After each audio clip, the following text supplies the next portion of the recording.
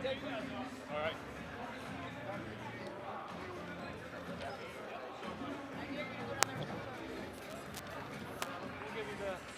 Hold on, we'll give you the heads up. Yeah, go ahead, well, point one.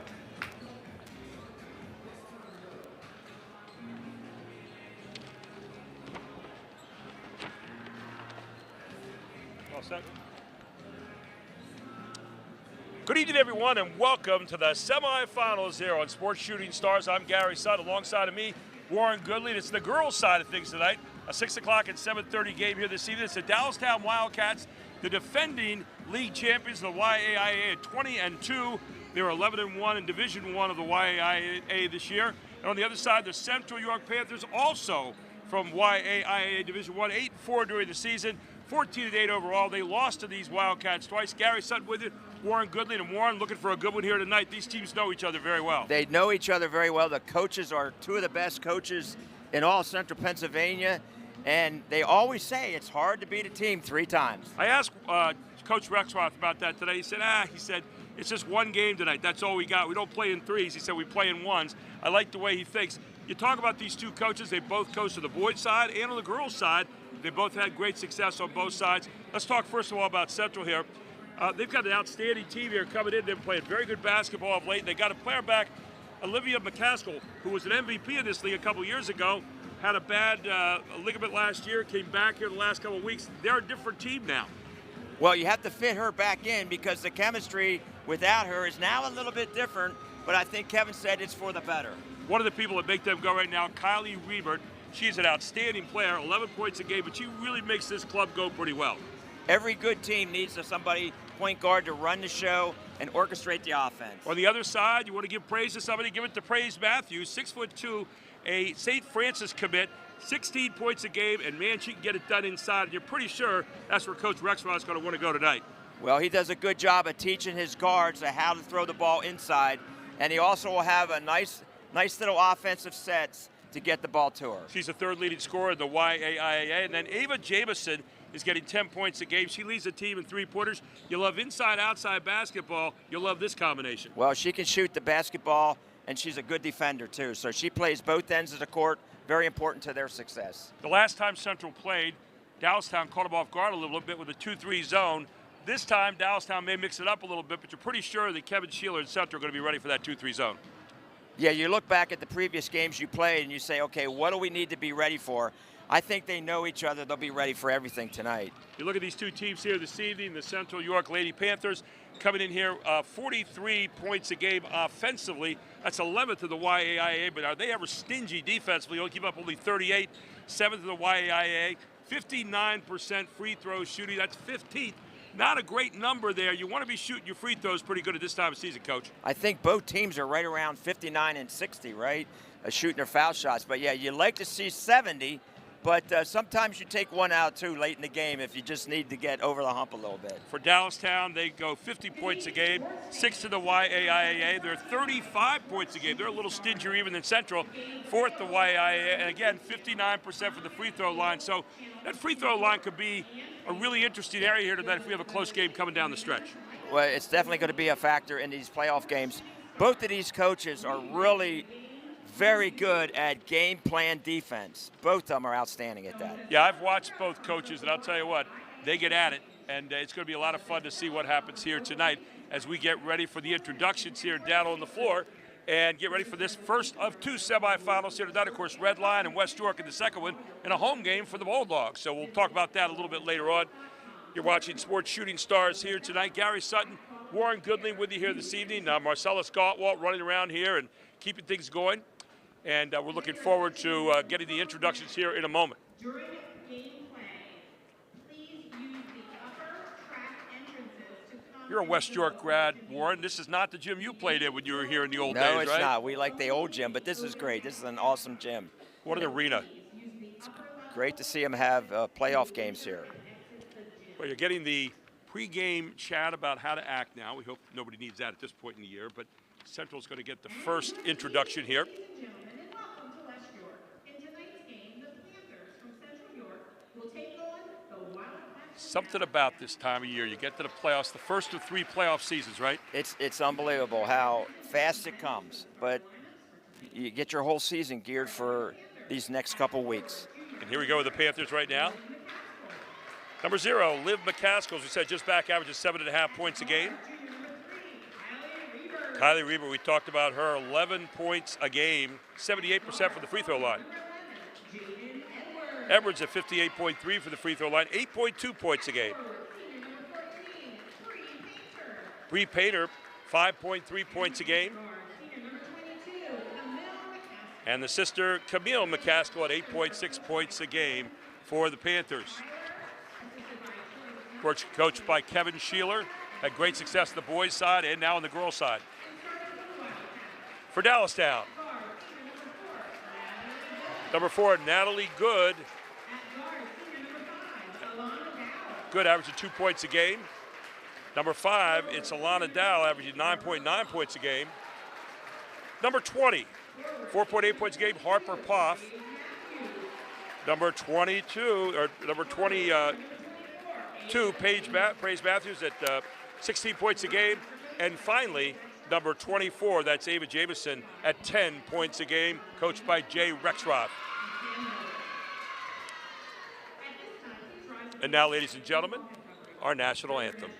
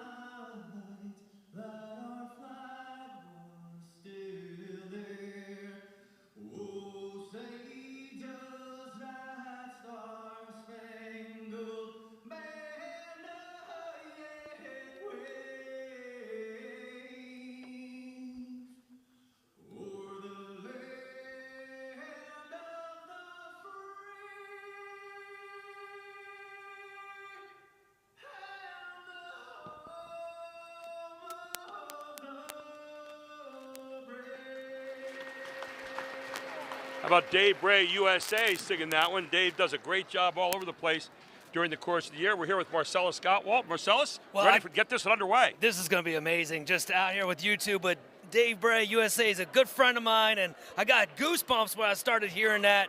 But hey, we're here to watch some basketball, and it's an honor doing this game with you two. Let's get this thing started. We're going to have a lot of fun tonight. Looking forward to it. Our officials out on the floor here tonight. Saw Scott Naus out there leading the crew, who I play golf with during the summer, so I got to talk nice about him all night long here, Warren. Well, his older brother is married to my sister. There you go. Okay, so we know all about Scott Naus. I guarded him in 1970 when he played for York Catholic and I played for West York. He was a heck of a player then, and he won everything there was in the county here in golf over the years, so he still can hit it around pretty good. But ready to get this one underway here in just a moment as Central in their black with orange and white trim. On the other side, Dallastown, very plain white and blue, and that's where we start tonight in a cat fight here with the Panthers and the Wildcats. The Wildcats won 2 meetings earlier this year by 9 points each time, and they control the tap here, and it's underway. Yep, they back tapped it, and Central was in a defensive formation on the jump ball.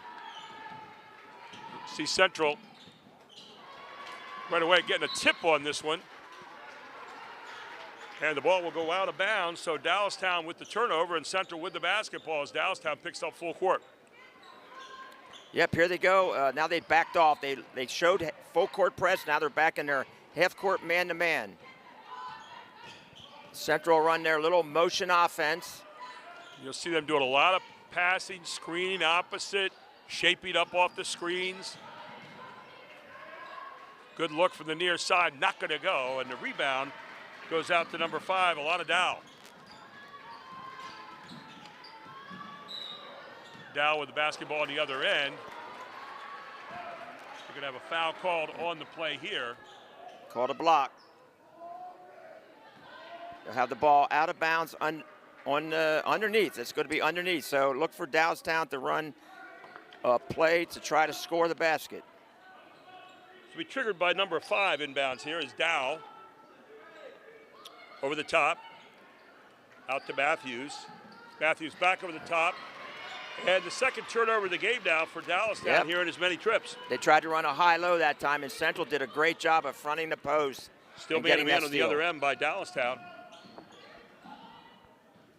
Thrown off, Dallastown will stay out of bounds. 6:59 to go here in the first quarter of the first girls semifinal here tonight at Westbrook. Gary Sutton, Warren Goodling with you. Now Central has an out-of-bounds play right now. 2 screens across and then pass it out to the top. And usually you try to pick for someone coming in, but not this time. They set up the possession. Good drive to the basket. Up and in by Liv McCaskill. Nice penetration move and a finish in traffic.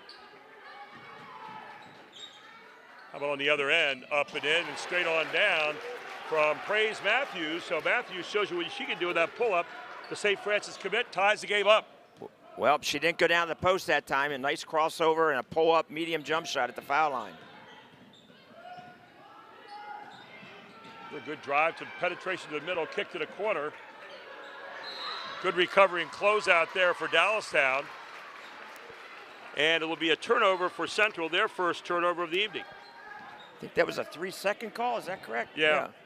Pretty quick 3-second call. Yeah, I I was think. thinking, We don't see too many of those anymore, do we? it's like 1, 2, 3. You better get out of there, right? You're never in there long enough to find out, though, Coach. No, that's for sure. Here's Dow handling the basketball. Looking inside for Matthews. Nice job of fronting down there by McCaskill. Yep, good switch out by Central on the screen. Nice little zone here by Central right now. You watch them, they're popping in and out of that zone, and it's really giving Dallastown some trouble right now, and that almost for the third turnover. Inside it goes, and again, defending well, but knocked out of bounds off Central. It'll stay with Dallastown. They're playing a funky little zone right now, Coach. That's why I like the 30-second shot clock, because you can reward the defense when you get a possession like that defensively. Take a look at this right now, and it's got a lot of man-to-man principles in as Dow goes to the basket, knocked out of there, controlled by Dallastown on the offensive boards. Another 3 look, downtown and buried by Dallastown off the hands of Ava Jamison, the leading 3-point shooter for this team. How many times do you see an offensive rebound and get a kick out for a 3-ball in basketball? Yeah, exactly right. Great time to shoot a 3 when your team gets an offensive rebound. Dallastown back in their man-to-man. Central very patient right here. Central so far has gotten good penetration into that middle. They have gotten to the paint off the bounce a few times. So Central will control the basketball here off the tip. Nice crowd here this evening. 5:09 to go here in the first quarter. Central leads it. Make that Dallastown leads it 5-2 so far. You can hear Coach Rexroth coaching that defense. Oh, yeah. He really coaches defense. Here's that penetration from McCaskill again. Kicks it back out. They've got a 3 look, and that 3 will not go off the hands of Bree Painter and controlled by Dallastown as they come running. There's Praise Matthews outside. That's wide and long. Quickly McCaskill has it back out on the run. Central looking to go to the basket on transition. Up and in, and once again, McCaskill with 2 more. She's got all 4. Nice reverse layup on the crossover dribble on transition. Dallastown back on the other end now with Dow in the basketball in the lead by 1. 1-4 across the foul line. Looking for a 2-person game right there. And up and under, not going to go off the hands of Harper Poff. And here again comes McCaskill, who is moving quickly. Oh, no. Swipe at it by Dallastown, saves it, back out again. Couple missed close-in shots here. got the lid on that basket on some of these drives. Not getting the penetration they got in the first few possessions right now. Dallastown has tightened it up a little bit. There's another look, not going to go. Yep. Praise Matthews with it and looking to move the other end, see if she goes to the basket. Matthews with a pull-up. Matthews up and down, and Matthews with an outstanding looking jump shot there. That's pretty unstoppable in transition when she has that much space to get into the paint. 4 points in the game, shows you the jump stop ability. We know about her inside ability, but she shows you another dimension. Yeah, she's scoring facing the basket tonight so far. 7-4, Dallastown leads. There's a three coming up from Central. That's not going to go. Central's taking a lot of threes so far right now, not getting touches inside to set it up. That's what I'm noticing, that they've taken 4 or 5 threes already tonight. Coach, talk about how you get the three the best way, because I know there's a lot of different ways people talk about that, pick and flare and all that kind of stuff. What do you think? I like to get the three the best way inside out. If you go inside, whether it be penetration or throw it to a post player and go inside out, the shooter can shoot better inside out passes. You always want to get a three where you're taking it in rhythm, and the rhythm of the offense, whatever that is for your team. So here's Central now. There's another good drive to the basket, up, and it's not going to go, but a foul on the play. As driving to the basket that time was number 14, Bree Painter. She's going to go to the line for 2. And the foul marked up against Dallastown at number 14. That is Campbell O'Neill into the game right now, number 14. The shot is up and good for Central. They get another one here, 7-5, 3:05 to go here in the first quarter. And that was a good possession because they got the ball into the paint that time and looked to score and got to the foul line. Second shot also up. It didn't even tickle the net there from Painter, who normally only shoots 44% from the free throw line. That didn't look like a 44% stroke, did it? No, it looked great. And right now she's 1,000%, 100% right now. Little pick and roll there with Matthews. Matthews stayed home. They're running this little pick. You pass and you go screen on the ball. And they know Central will switch most picks, so they're trying to get some mismatches on some of those switches. Here's the penetration by Dow, then back out it comes. Long three, not going to go. Head off the hands of Skovich. Quickly to the other end, here comes McCaskill.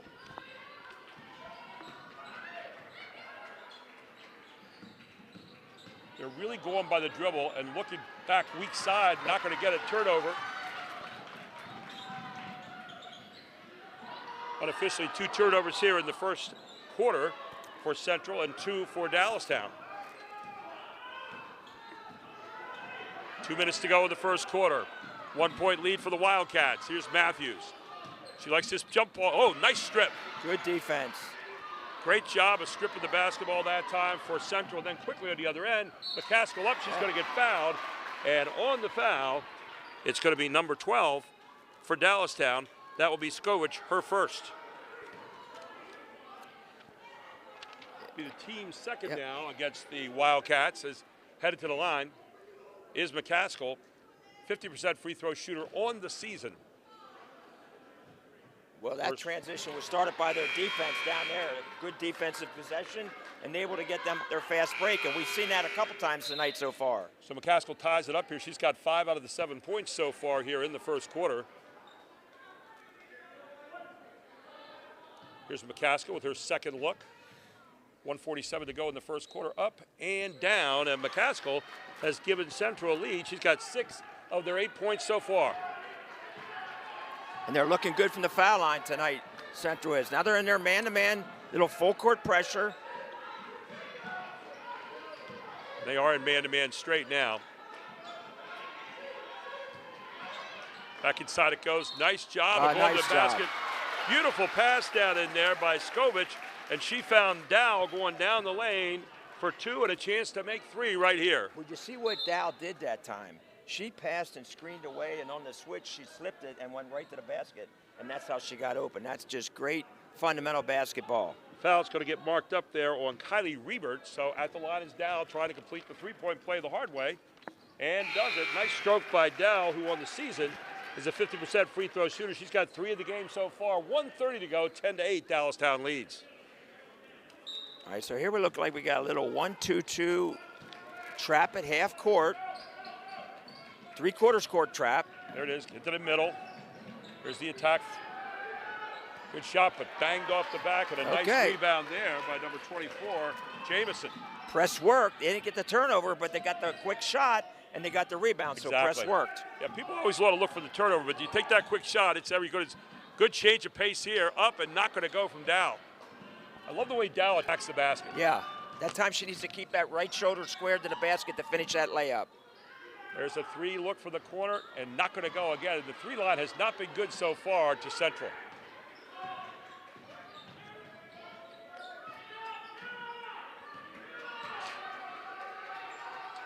Central resets now, get the ball back in the hands of Liv McCaskill. There's a nice weak side screen, up, not going to go, and might have been a foul, but no call there. No call. As Harper Pop picks up the loose ball with 29 seconds to go, and you would think Jay Rexroth maybe is calling for a 1 shot here. Both coaches are working the refs a little bit right now. Do you see that? Exactly. Watch that 5-second call here. There's a drive corner, a 3 look, not going to go off the iron. Central with one last chance here, gets stolen back. Underneath the Dow, Dow is up, that's not going to go. And we end the first quarter, 10-8, Dallastown leads it. We'll take a break, and we'll go get over to Marcellus Gottwald here. Marcellus? Yeah, just want to thank everybody for tuning in. Please hit that subscribe button right here on YouTube. And got a big shout out to our sponsors, OSS Health, Thornton Automotive of Dover, Your Medicare Solutions, our good friends Keith and Becky Rill, the YMCA, Piccolo Friendly Movers, Fairview Early Learning Center, Basil Insurance with our good friends Greg Basil, Gamlet, York County's leader in metal fabrication, BLM Construction and Remodeling with Brian Singer, and State Farm with Josh Grove. Of course, Vertical Rays as well. Ray's Pit Beef, Parma's Pizza of Dallastown, Wise Printing, S3 Performance Center with John Turpick and Ron Johnson. And by the way, right now, William Penn 17, Red Lion Boys 15 at the end of the first quarter. Back to Warren and my man Gary. And great to have you back here for quarter number 2. That's going to be a great game tonight, that William Penn Red Lion game. And, you know, since they got the kid who played for Barnes that played last year for Suburban, he played the county championship game last year. Because I know I had to help coach against him, but he's done an outstanding job. And York High has really come together. You know, Kerry Glover's done a great job over there this year. They've really gotten better. And they played a great schedule, and they're ready for a postseason run. And how about Steve Schmel every year? I mean, he's like just rock solid. So solid. Got that team back this year. They lost the big kid Sedora from last year, and they're still a force to be contended with. 2 really good sophomore guards, so they're going to be around a long time. Here we go, a little look for a backdoor. They're not going to go. See some different stuff being run here right now by Central. Yep, a little backdoor, and then there was a fade screen for the guard. Dallastown, they had it covered well. Casco kicks it off. To the far quarter it goes. So get back and extend that defense quarter to quarter. There's another look for the far quarter. Again, no threes yet tonight as Jaden Edwards not able to hook up there for Central. Back to the other end. And you know, they say sometimes when you're short on a 3 or if you're really long on a 3, it's like the first pass out on a fast break. We saw it right there. Yeah, they got a lot of, get some fast breaks off a missed 3. Long rebound, get the ball out and go. And Matthews is the girl to go. And the foul is on McCaskill, and Matthews is at the line, and she is the girl you want at the line regularly. Praise Matthews, up and in. Matthews, a 56% shooter for the free throw line, but I have a feeling in the big games, throw that number out. Oh, yeah. You always like to keep the stats in the big games and also keep the stats at the foul line in the fourth quarter. Sometimes they're a little bit different than the overall stats. Yeah, down the stretch, can you make it when it counts? So the ball goes to Central, 7:15 to go to half, 11-8. And here's the 3/4 court trap. They're extended a little bit further this time, yes, down they to are. 3/4. Last time was about half. Central did a good job last time at getting it to the middle, but Dallastown has the middle covered this time. And that wingspan of Matthews is going to cause that turnover. Here's Dow again. Dow is up, and Dow is home with 2 more. She's got 6, and another big turnover here for Central. Well, Dallastown made the adjustment. They have the offside wing coming in to cover the middle. And they got the steal last time on the cross-court pass. Central just not getting the ball quickly enough to the baseline. Another turnover against the Panthers. And you wonder if maybe a timeout coming up here right now for Kevin Sheeler, but not yet. You put Praise Matthews out there and you put that wingspan in the top of that 1-2-2, and that is tough to get on by. No automatic passes. You like to try to reverse the ball against that press. You really can't with her out there. 13-8 right now. Dallastown starting to control here a bit. You can just feel them grinding it up and out. Good screen underneath, good shot underneath, and up and in for Dallastown. Nice job of getting that screen open for Ava Jamison in for her 5th point of the game. Ava Jamison went high and then cut behind the screen. She read the defense and went the opposite way and got the little turnaround jumper. Nice play. You get a little bit to a danger point here right now if you're Central? I think so, because they're having trouble scoring right now in the half-court offense. They're in their motion right now. You're going to see screen, cut through every time. Good motion offense. But the problem is Dallastown looks like they're just sitting in the lane waiting for it. They're saying, go ahead, all the motion you want, but they're not coming here. They're going to play three-point line in defense against the man-to-man, and they're not going to do an unusual gamble. Remember earlier we talked about them getting that penetration, not getting now, so now they're resorting to the three, and they're not hitting that. They're not hitting the three. So back out it comes. They get their own offensive rebound. And I think Scott Nouse has got a foul on the baseline. It's going to be against number 24, and that will be Ava Jamison, her first. Team first in the second quarter, so Central with the ball.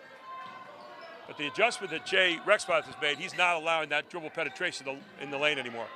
Another three. Nope, he's going to make go. them beat them from the perimeter, and they're having a hard time making those shots. Nothing out of 7 so far. There's Matthews pulled up. Matthews off the back of the iron. Picked off there by McCaskill. McCaskill getting the drive here in transition, but won't go. Pulled down by Jamison. Yeah, she made a nice crossover drill, just couldn't finish it. Back up in the middle, another turnover here for Dallastown. That's their 3rd in the game so far. Here's Central again, and Dallastown's been really stingy in this half-court defense. They're very well coached on that. There's a little nice drive through there, and a good job of getting that up and in by number 3 for Central. How about that move to go to the basket? Kylie Riebert, she averages 11 points a game, and she showed you what you could do there, slip it on through. Matthews looking and probing right now. Here's Dow, and she's going to get fouled on the play by number 21.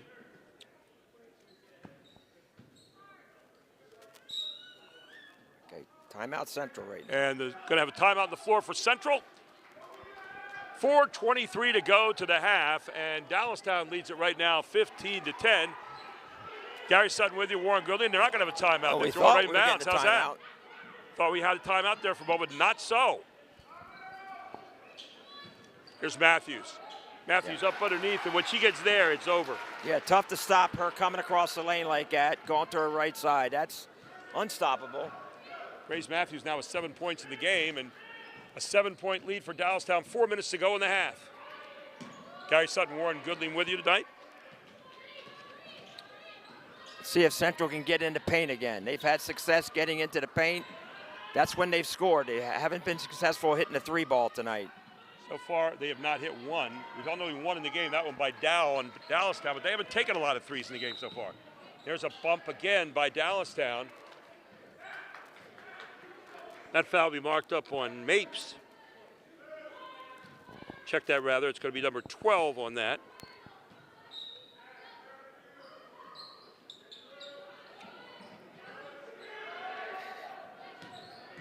Yeah, good job on defense on the out-of-bounds play. Again, they're keeping them on the perimeter right now. The foul, by the way, is on Skovich, and that would be her 2nd foul. So Central being very patient. There's Riebert. She's getting jammed very quickly. They've done a nice job of switching some picks, but that time. Very nice job of just slipping on through there. And it's up and in by number 11 for Central, and that being Jaden Edwards. So Jaden Edwards in the book now with her first deuce of the night, 17-12 with a timeout on the court. You see what she did on the switch. On the switch, she just crossed back and went a different direction. She used a crossover dribble to avoid the switch, and she got the basket. So many times you see that switch, Warren. We talk with people about wanting to split the switch. You know, you come up and you see it. If you get a little lazy on it, you don't go shoulder to shoulder, all of a sudden you got that hole to go through, and she found a little hole to kind of slip through that time for the easy bucket. That's what she did. She did a great job of getting through there. So right now, if you're Coach Rexroth, what are you talking about with Dallastown? Just keep doing what you're doing. Keep the ball out of the paint and guard the three-point shooter. They've been successful doing that. The only time Central scored is when they get in there off the bounce. Central's doing a great job right now of trying to beat that defense down the court, but they're not able to so far. So that game is being won by Dallastown in the half court. On the other side, I think Dallastown's doing a pretty good job of getting the other end on kind of a slow transition, but they're getting there nevertheless off the missed threes by Central. Yeah, like almost like a secondary break, but both teams are going to have a hard time scoring consistently in their half-court offense because of how good the other team's defense is. With the McCaskill-Matthews matchup is a really good one down there. 0 in black against 22 in white. And Matthews just kind of sitting out on the three-point line a lot right now. She is, and trying to open up the middle for somebody. See if she tries to attack the basket from the perimeter. That's there what she is did. Again. Yep. She makes you draw the foul, and she makes you have to play her. And for the Panthers, the foul is going to get marked up, I believe, on number 15, or 14 rather. And we'll check that out. And it's exactly who gets the foul, and that is Bree Painter. 2 shots at the line here for Praise Matthews. Yeah, when she's on the perimeter, she's lurking to get to the rim. Okay, just has to wait for the right opportunity. And that time, she was able to get the ball and go to the basket. 8 points here in the first half. She averages 16 in a game. So Matthews with the second shot up here. We said 56.9. Forget that. She's 2 for 2 for it so far. Yeah, there you go. She'll have more one-on-one opportunities from the perimeter. Down low, you figure she's probably going to get double teamed. They're getting her in the middle of the floor where you can't get a lot of help, but she's able to drive pretty easily every time. And she makes you play her, plus she's taller than anybody's going to guard her. So back up to a 7-point lead it goes for Dallastown. It's as high as it's been so far. Nice job. Yep. Good movement without the basketball there for Central. And the bucket is up and good by number 10. And that was a new little wrinkle there by Central. They ran a little shuffle cut into a flex cut from the corner, and the girl got a layup off the flex cut. Up there, here you are in the middle of the floor again with Matthews. So she can either kick like that or penetrate and score. Look at Dow. She's all over the place. She missed the putback, pulled down nicely there for Central by Painter. And here come the Panthers, a chance to carve in this 5-point lead. Back to McCaskill. Good give and go there. Back strong again and not going to go, but Painter earns the second shot. Good job by Painter staying alive under the basket. Yeah, 2 good possessions on offense by Central with the back screen and then penetration, a little give and go and on the post. And she gets fouled. So at the line, 4-2 is Painter. Painter's shot is up and good. Bree Painter, 3 for 3 for the line so far tonight. Now all 3 points via the foul line. On the season, we said she's a 44% shooter from the free throw line. Throw those numbers out, ladies and gentlemen. They don't count. We don't. It doesn't count. It's all new tonight. And they stay perfect for the line. That's 6 out of 6 so far for Central for the line. That's a great-looking stroke shooting that ball, huh? Nothing but net. 1 free throw missed all night long. That was by Matthews. They're 4 out of 5 for the line on the other side. So we're seeing some good free throw shooting. We said that was the one suspect area tonight. Here's a good drive.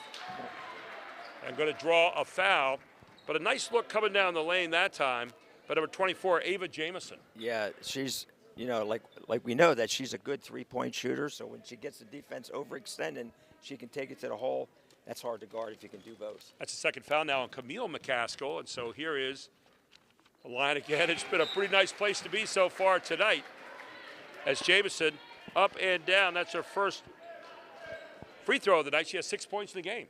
Well, we know she learned to shoot from her dad, John Jamison, who's a great shooter at Dallastown. Who had one of the more famous shots in Yes. York County, speaking of and we just county championship history, right? Yes, yes. We'll talk about that a little bit later on. Here's Central coming back now. They've gotten down to 4 points and back up and in there. Not going to go as Matthews gets the rebound. Matthews coming the other end. Looks like she's going to the basket. Matthews shows a left hand, not going to go, and tipped off of Dallastown, I believe, out of bounds. And it will belong to the Panthers with 1:17 to go in the half. Gary Sutton, Warren Goodling with you here tonight. Boy, it's For great Sports when, Shooting Stars. it's great when your center can get the rebound and lead the fast break, right? Handle the basketball. You know, you always say you are the point guard when the ball is in your hands. And her eyes are up the whole time, too. Yep. That's the other thing. Yep. You have dependent players and independent players. She's both. Absolutely. She's a great independent player. Here it is, Dow with the rebound. Chance to run for Dallastown right here. Dow pulls up, gets it out. Dow underneath. You got Matthews open. Matthews up and in again, and Matthews pretty much unstoppable inside as she has 7 points in this period. Yeah, nice job by Dallastown recognizing that she was on the low block down there, and they got their ball to her so she could go to the middle. There's another 3 effort, and that has been a woeful place in the first half of the Panthers. They miss again. 30 seconds to go. Does Jay Rexroth want one shot? I think he does. I think he'll take one shot unless he has a layup. Because he gets the arrow to start the next quarter. You got it. Spreading out the floor here a little bit. You know whose hands they want it in. Get it to Praise in the middle of the floor, right? Yep. That's all he's looking to do. She's just looking to get open here. Watch Dow. Watch that 5 count. There's your handoff. Yeah. Now you go. A little late. You're getting down the end of the clock. Look out. Look out. Running out of clock. 2 seconds. 1 second. And I think got a charge right there as a push-off by Dow right there at the end of the half. Dow put the arm out to try to create space, and Scott Naus was right there on top of it. So 0.5 seconds to go. Great job by Central in that defensive sequence. Really did a great job on that. Good job of trapping on Matthews out front. And there you have it. Halftime, it's 22-16 at the half. Dallastown leads it here at West York High School, and you're watching it all on Sports Shooting Stars. And let's get back over here to Marcellus Gottwalt and give him the mic. Wow. Marcellus. Exciting first half there. Way to call it, guys. Just want to thank our sponsors again. Before we do that, though, please hit the subscribe button right now on YouTube. Look for it. Scroll down. See where it says subscribe. Just hit that button right there. We really appreciate that way. You are notified anytime we go live for any of our games. But we wouldn't go live without our sponsors. OSS Health, Thornton Automotive of Dover with Wes Myers, a longtime supporter of the program. Thornton of Dover is located Route 74, right across from Max Ice Cream. Check out their large selection of trucks, cars, SUVs. Give them a call, 717-292-9222, or check them out online. Your Medicare Solutions, big shout out to our good friends Keith and Becky Rill. Your Medicare Solutions is your one-stop shop for all your Medicare needs and questions. Give them a call. A little fun fact here, both my uncles use Medicare Solutions. Check out Your Medicare Solutions online. Tell them Sports Shooting Stars sent you. Big shout out to the YMCA. You know it, a nonprofit organization located in York, 90 North Newberry Street. YMCA has so many things to offer for families and individuals. Want to know more about their services? Call 717-843-7884. Piccolo Friendly Movers, professional, friendly, and affordable. Check them out online or give them a call, 717-318-4418. Ask for our guy, Jeff. And check this out. They've been in business for over 20 years. They got an A+ rating. They provide cleaning services also for their customers.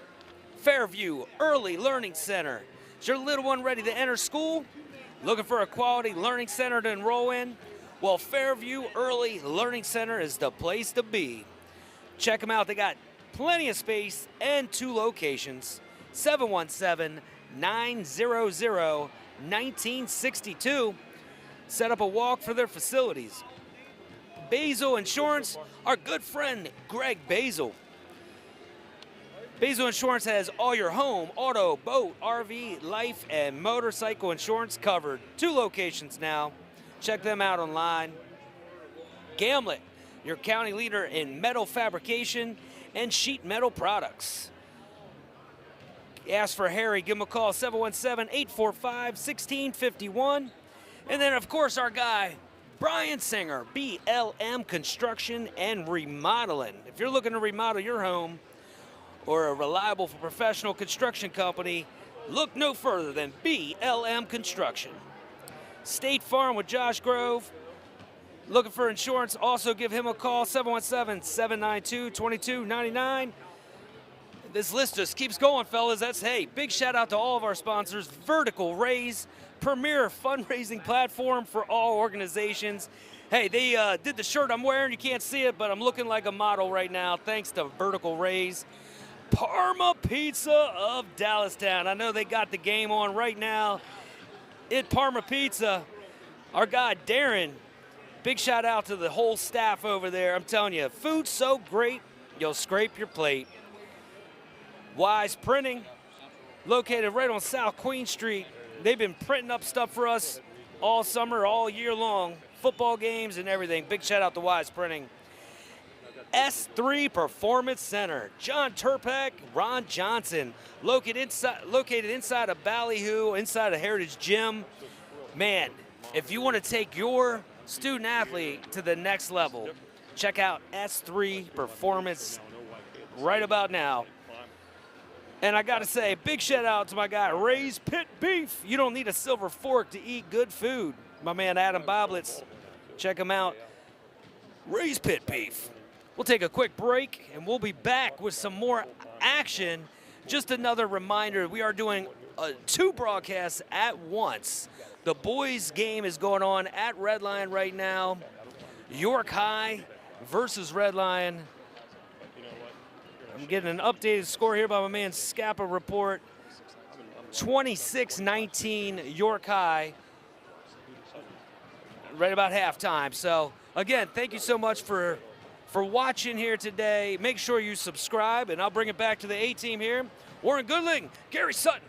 Thank you, Marcellus. It's great to be back. And we've got some stats for you here at the half. Warren, let's take a look at some of those team stats in the first half, because it's a big number there that we're going to look at in a moment. Well, what jumps out at you is the three-point shooting by Central. They're 0 for 10, okay, and that's a big key. You know, you make 30% of those, it's a completely different game. 9 points. Yeah, but Kevin Sheeler said tonight we have to make shots, and so far that three-point line has been the bane of their existence in this one. Yeah, they're 0 for 10, so maybe I think their game plan is if you're open, you need to shoot it. Dallastown's 1 for 4 from the three-point line. Both teams foul shooting, 5 for 8 for Dallastown and 6 for 8 for Central. And Dallastown's 7 for 15 from the floor, and Central's 5 for 11 from the floor, so both teams shoot around 50%. About 50%, not bad, but not bad. The 0 for 10, that's 10 times you went down and shot the 3, you didn't make anything. Yeah. And that's a big number, because that's, 30 points worth right there.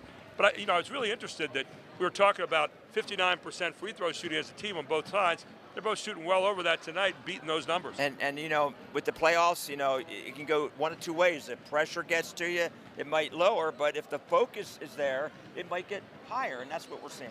For Dallastown, Alana Dow had 5 points in the first half. I like her floor game a lot.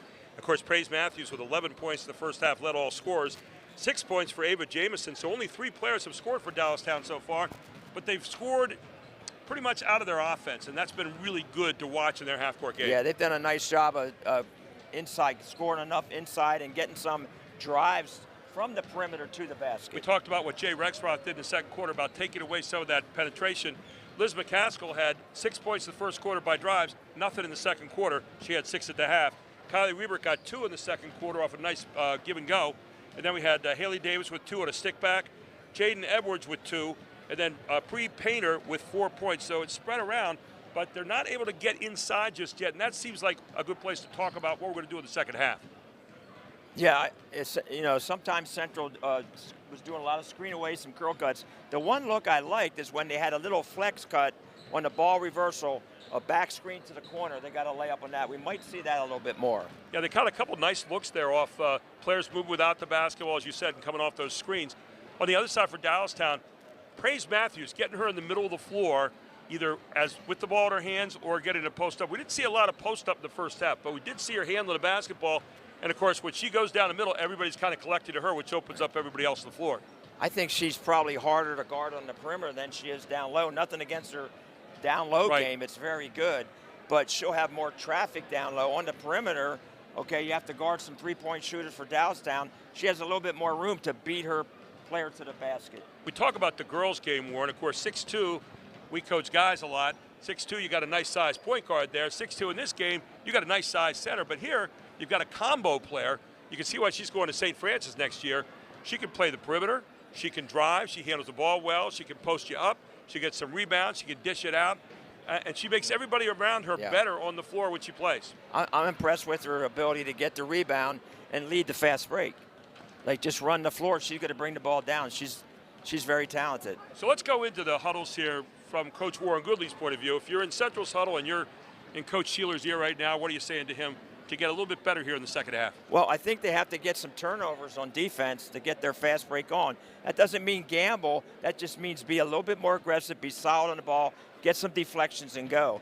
And I think Jay's just playing his game right now. He's going to make his calls on offense, and he's going to coach that defense every possession. Dallastown with 3 turnovers in the first half, Central with 5. So both teams pretty good handling the basketball, but you know, if you look at the 3, kind of like a turnover sometimes. If you're missing 10 threes, that could turn into a quick fast break, and it did a couple of times against Central, having to backpedal down the floor. Well, it's two ways as a coach. You know, what are you going to say to your team? Don't take the 3, or are you going to give them the confidence to keep shooting it? So we'll see what happens. We'll know that approach as we watch the first couple minutes of the third quarter. I think the key in the second half, if I was looking at Coach Sealer, get penetration, either get the layup or be able to kick it out and get some of those threes at a little bit better rhythm. On the other side, keep the ball in the hands of Praise Matthews. Right. You're in half court. She gets to touch it at least once every time down. Absolutely. Absolutely. Although I will tell you, for Dallastown, I thought Alana Dow really handles the ball well for them too, especially in transition. And you're a guy who knows something about that. You've done that for a lot of years. She's done a great job at that, and she missed a couple of drives, but she's going to make those if she gets those again. You get ready to start second half, 22-16. Dallastown leads it, the first of 2 here tonight. Of course, Red Lion and West York waiting in the wings, and West York's kind of happy to be playing Red Lion on their home floor here tonight. So that's going to be a fun one to watch as well. Well, it's playoff times, and Red Lion doesn't care where we play. Let's go play, right? If you know Don Dimoff, you could be outside the macadam right now and he'd be suiting up. That's the way he goes. Absolutely. So we get ready here to start second half. Dallastown with the basketball. They lead by 6. Gary Sutton, Warren Goodley with you here tonight on Sports Shooting Stars. Hope you're enjoying the game so far. Here's Matthews with the ball. There's Dow looking in the middle. Another drive to the middle. Here's Matthews, middle of the floor. Pull-up shot. Not going to go, off the back of the iron, and controlled by McCaskill.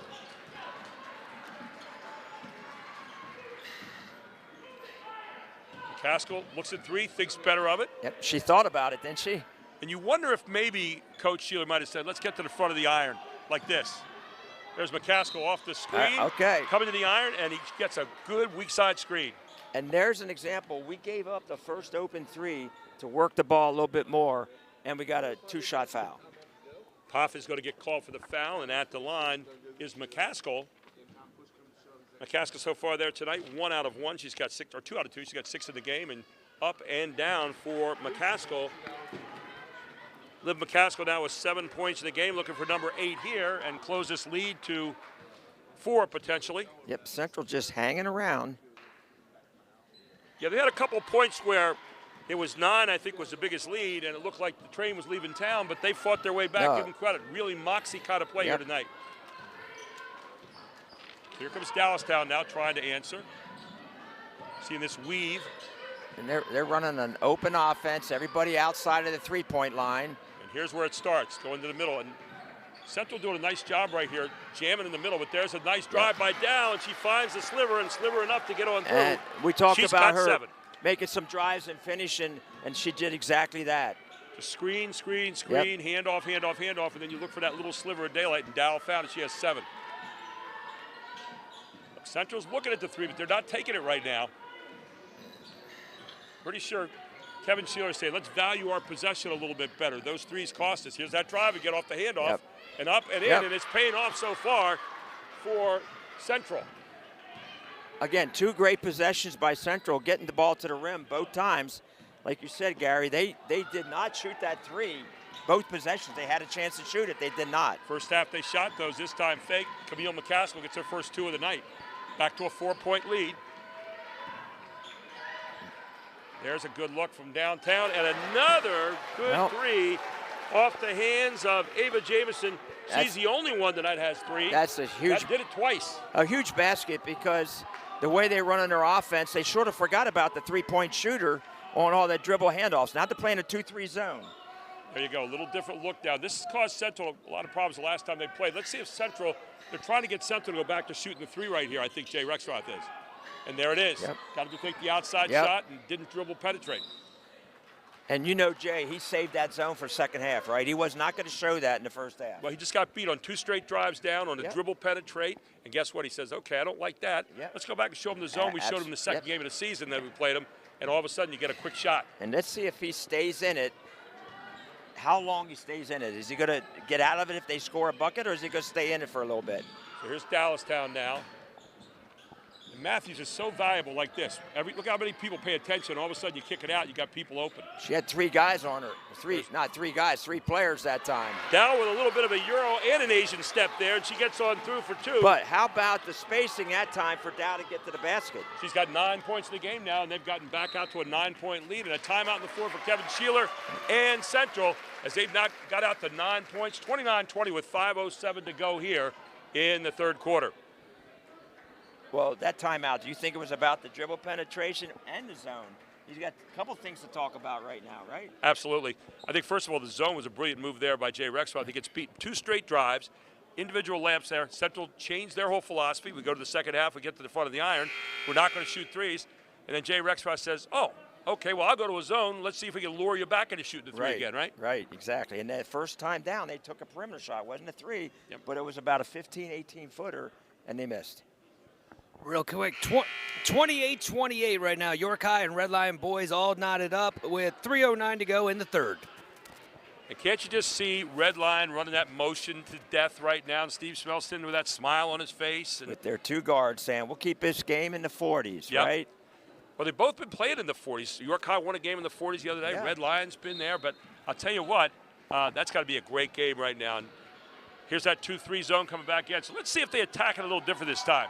Well, they got to get paint touches, whether it be off the dribble or throw it. There's a paint touch. There it is. Camille McCaskill gets a beautiful shot. It's a pretty good shot, though. Yeah, great shot. I think he would take that shot every time. Exactly, and he got it exactly where he wanted. So nice coaching change there by Coach Kevin Sheeler. Yep, Kevin would take that shot, say, that's the shot we're looking for. You want to see a chess match between 2 really good coaches tonight, you're going to see it in this one. Here's Dallastown again. Well, he runs so many different things. That screen on the ball, he loves to run that. Here nice. Side to side. Yeah, it's like a ball screen motion offense. When the big gets it and throws it to a guard, there's a screen and a roll. There you see the shape up then, the roll, and always a shape up after the screen. Now, Matthews stays at home after she screens, I know. She doesn't shape up. Notice she doesn't roll to the basket a lot. She's looking to get the ball back on the perimeter, I think. Here's Dow with another shot, and Dow just missing. And that's going to be off Painter's hands, out of bounds, so it'll stay with Dallastown. Couldn't quite find the handle. 4:07 to go here in the third quarter. Dallastown with a 9-point lead. Crashing the boards that time and distracted the rebounder. So here's Dow. She's going to trigger the pass.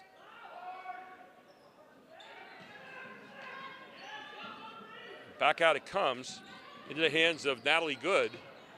Here's Praise Matthew with the pull-up. Going to miss there. Good job of getting underneath again by Jamison. Yep. Jamison's been all over the place so far tonight. She's had a great game. There's Riebert. Riebert with a nice pull-up there and a good jump shot by Riebert. Kylie Riebert with 4 points in the game now. Her first clear jump shot all night long. Yeah, a little bit on a sort of a semi-fast break against the zone that time. There's Dow again. Back out to Jamison. Here comes Matthews. Pull up. Matthews is going to get hammered right there by McCaskill. And McCaskill will pick up the foul. Liv McCaskill with her second foul of the evening. Yeah, nice dribble handoff that time. She was able to turn, Matthews was able to turn the corner and get to the rim. So here is Matthews at the line now. 1 of 1 there tonight so far. Make it 2 of 2 as she knocks it on home again. And I said 1 of 1, make that 4 of 4 rather. And she now has 12 points in the game. So second shot coming up here for Praise Matthews. 56.9 from the line this year. In this game tonight, 100%. All right, 9-point lead. Now this is when Central's come back every time when they've been down. This is largest gotten all night. 9 points matching the first half.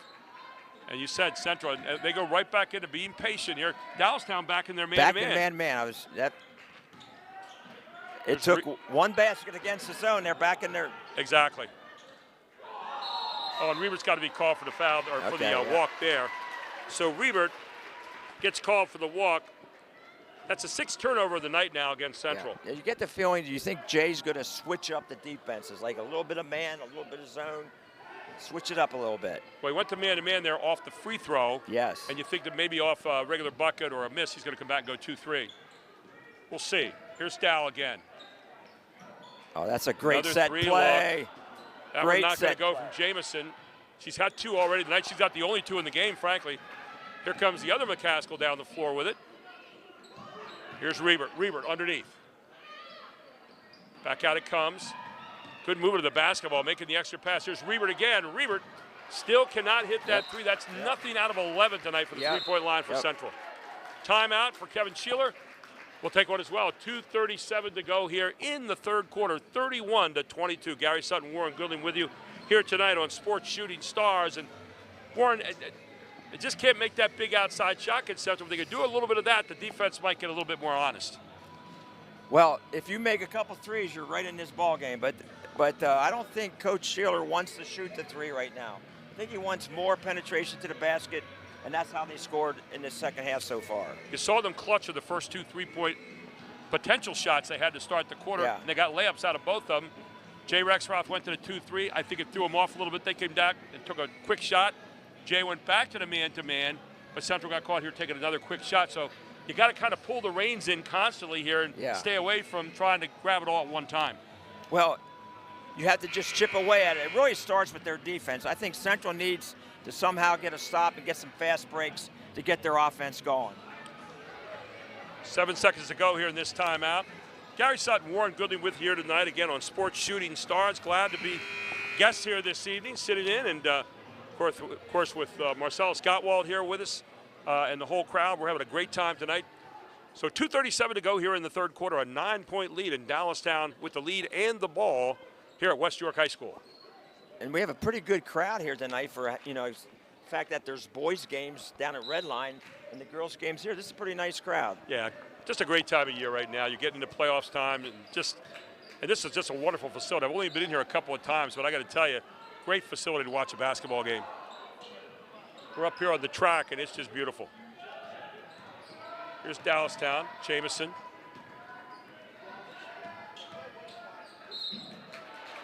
So Jamison off to O'Neal, and then the foul inside as Dow once again in the middle of all that. And the foul against Central. Yeah, Dow's done a nice job of penetrating patiently, finding a way to penetrate against the defense. Second foul with Bree Painter now. It'll be the second team foul against the Panthers.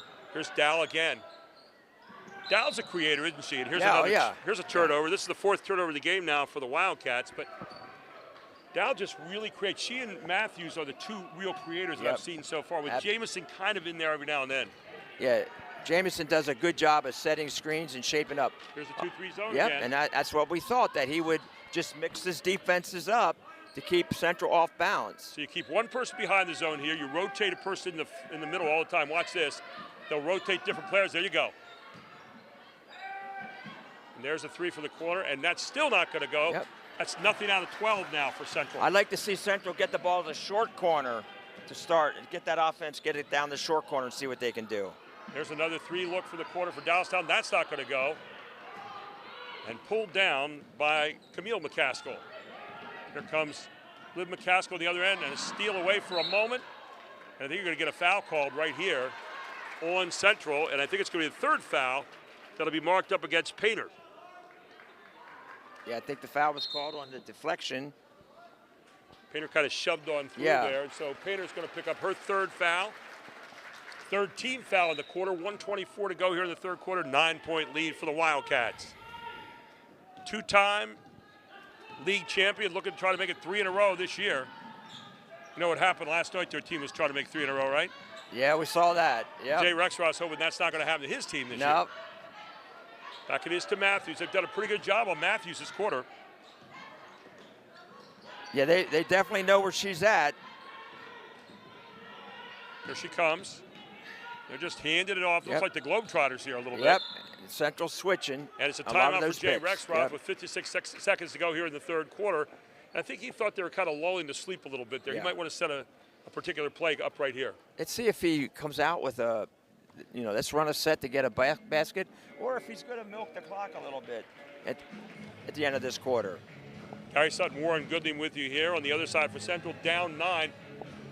This is the outer limit of where they've been so far tonight. They've never gotten to 11, has Dallastown, but they've been to 9 a bunch of times. And you kind of think whoever scores the next bucket gets a little momentum breaker here. Yeah, I think Jay wants to go in. I think he wants to get the last shot. Knowing him like I do, I wouldn't be surprised if he tries to get the last shot, or he might try to take the last. If it's a layup, he'll take that. I really thought maybe they'd post her up more tonight, but I haven't seen his team play a lot. But they like to attack the basket facing the basket. They don't like to attack the basket with your back to the basket like a big post player. I think she's very dangerous when she's on the perimeter because she can get from point A to point B in a hurry. There are players like that. You'd assume that she's a big post player. No, not at all. No, she's not at all. She's much more comfortable facing up. And she's going to play the perimeter in college. Watch the weak side here. So they're going to bring it back outside here, and you'll see Dow setting up the piece. Okay, he's got a little 2-1-2 look here right now, or is it man-to-man? He's going to run a little triangle delay is what I thought. Now you pop out. Okay, he's got his best ball handlers in the triangle. Put him replaced, pop out again. If they switch, you go back door. Oh, and tipped away for a moment, but the foul's going to get called against Central once again. All right, so what you do against this is you switch every pick on defense. You encourage them to throw it to the wing, and then you can get a trap if you need one. But you can't just exchange people. You got to switch these picks and put pressure on the ball and force them to throw it to the girls on the wing. Jaden Edwards with her foul there. It's a 4th team foul.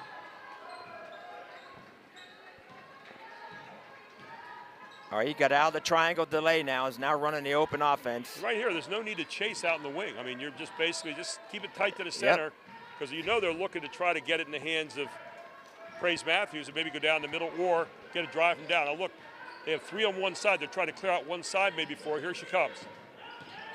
Down the middle again. Good job of jamming right there. Jamison back to Matthews. Lets it go at the buzzer and not going to go. 31-22. We head to the 4th quarter here in this girls' semifinal game with Dallastown leading over Central Panthers so far. Let's get back over here to Marcellus Gottwald, who's got a whole lot of stuff to tell you about. Oh, well, first of all, I just want to say thanks again for watching. What a game so far, 31-22. Make sure you hit that subscribe button. On the other side, the boys broadcast right now, York High 43, Red Lion 38 with 5 minutes and 30 seconds to go in the 4th. Back to you guys.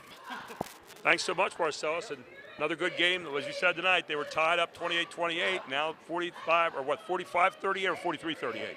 43-38, York High leads. And you know the semifinal games is where a lot of pressure is, right? Yeah. Because you want to get to the final. Anytime you have a semifinal game, that's the game that you got to win to get to the final. There seems to be a lot more pressure on the semifinal games. I know last year with Central, beating Reading in the semifinals to get to a state championship game. Once you got to the state championship game, people would laugh, but that's not where the pressure was. That was a fun game because you had no practice tomorrow. You just let it rip. Yeah, everything goes in that game, and it's a fun thing. You've been in the district championship games and county championship games. You know exactly what it's like. Yep.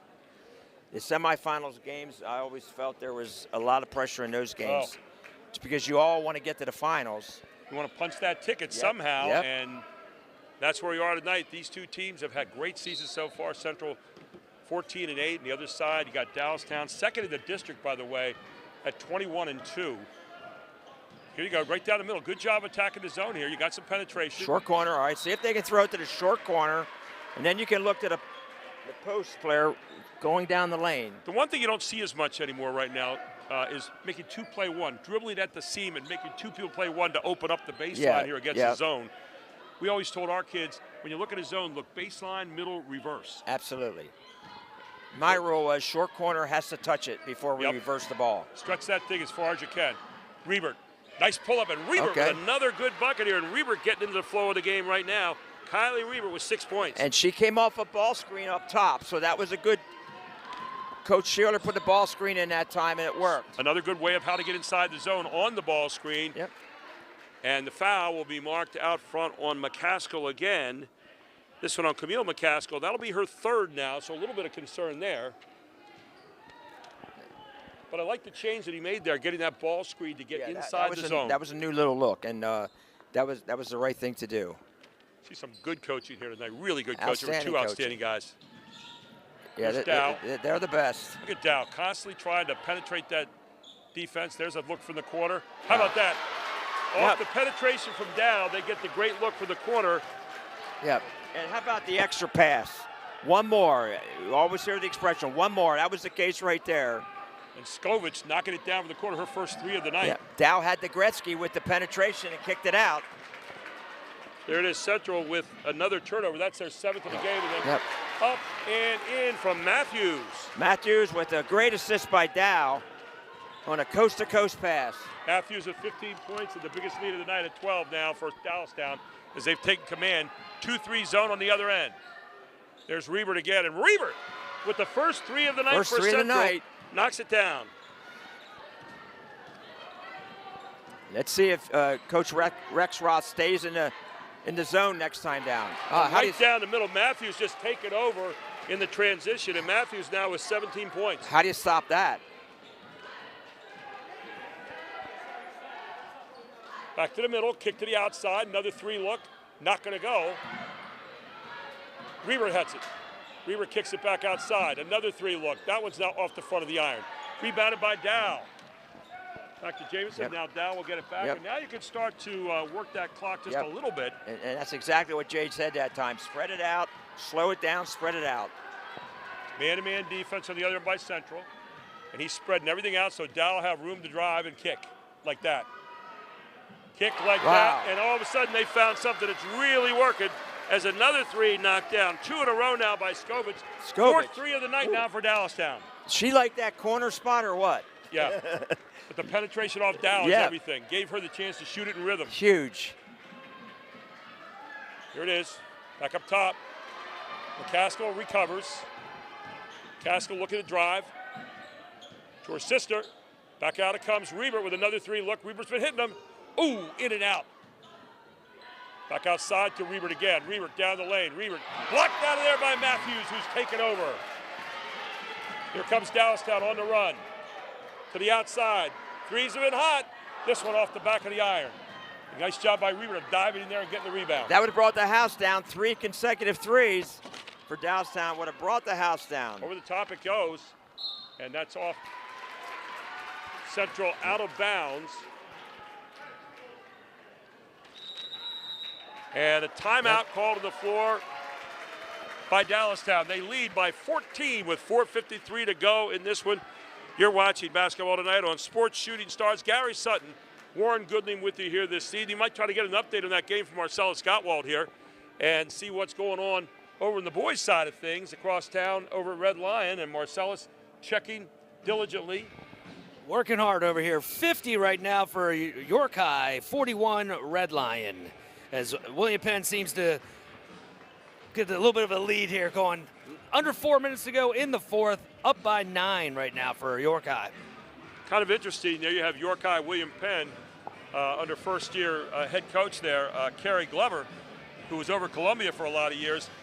They have come the closest to Central of anybody this year, lost by 13 and 93 to 80 back in the last game the two of them played. It was one heck of a game. So York High dangerous right now. Very dangerous, and their guard Barnes has now been there a little bit longer now, and they're a little bit more used to having him out there. So it's going to be a heck of a game if that's what happens. If that's what happens. Long way to go yet here tonight. And, of course, Central with a tough game coming up against West York. Your old Bulldogs there, and Garrett Bull, one of the finest coaches in the league. He's done a great job this year with this group, and they're very young. West York's young.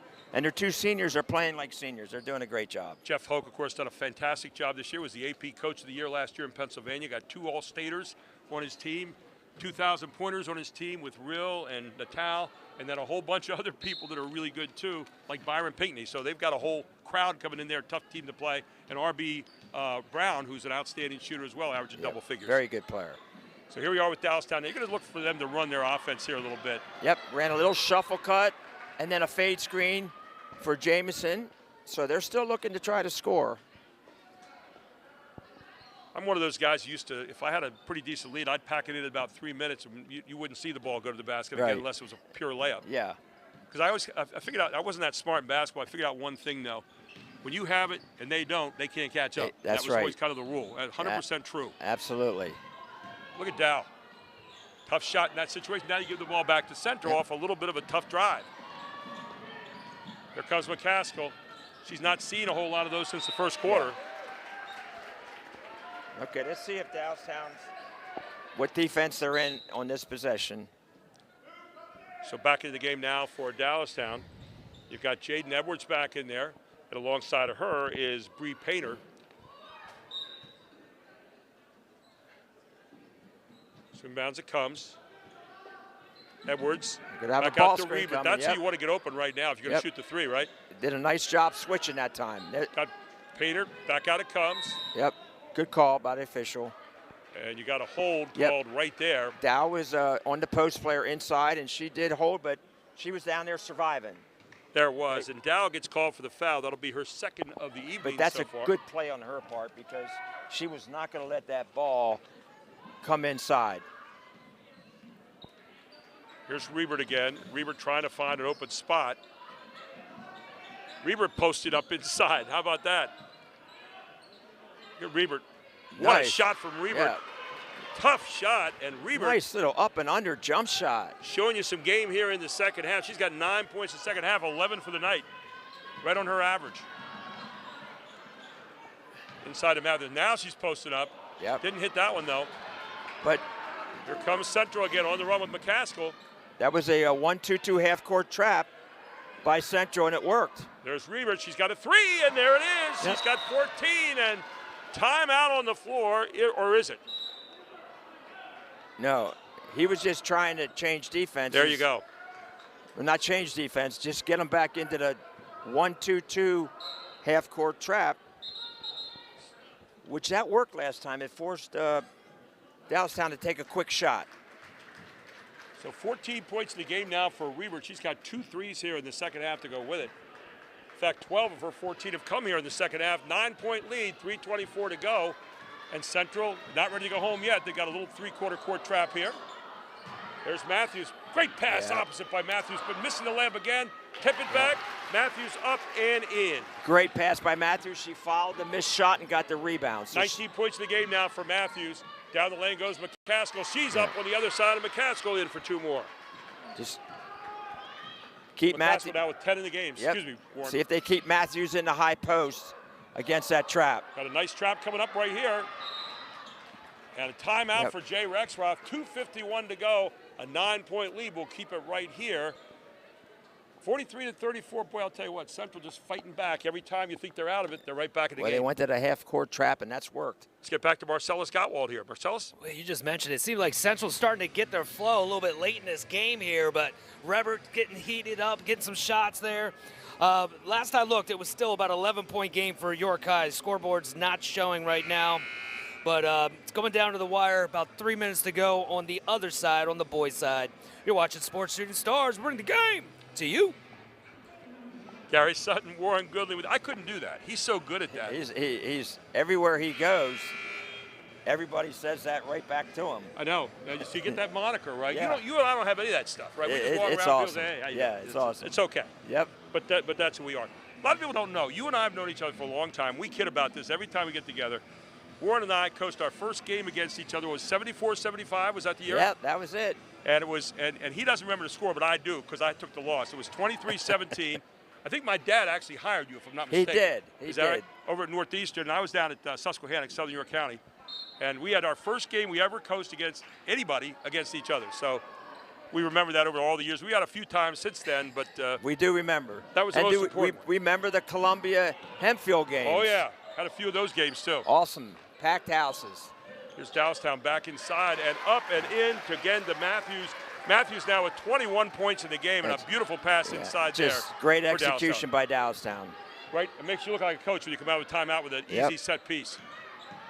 There's McCaskill, blocked there by Jamison. Jamison doesn't like it. They don't. Neither does any Dallastown fan. Yeah, I don't think Dallastown fans like that all that much.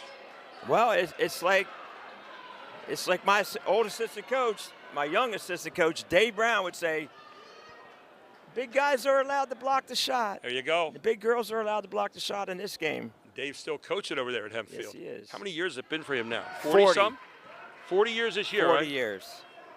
We honored him at a game this year. We surprised him, and we had 67 former Hempfield players back. Wow. And we gave him a ball. We all had it engraved. And he was a sixth man in what many people consider for a long time at York High the greatest team from York County ever. He was a sixth man on that team. Till last year. Well, I looked at a team last year that might be considered that now. Central York.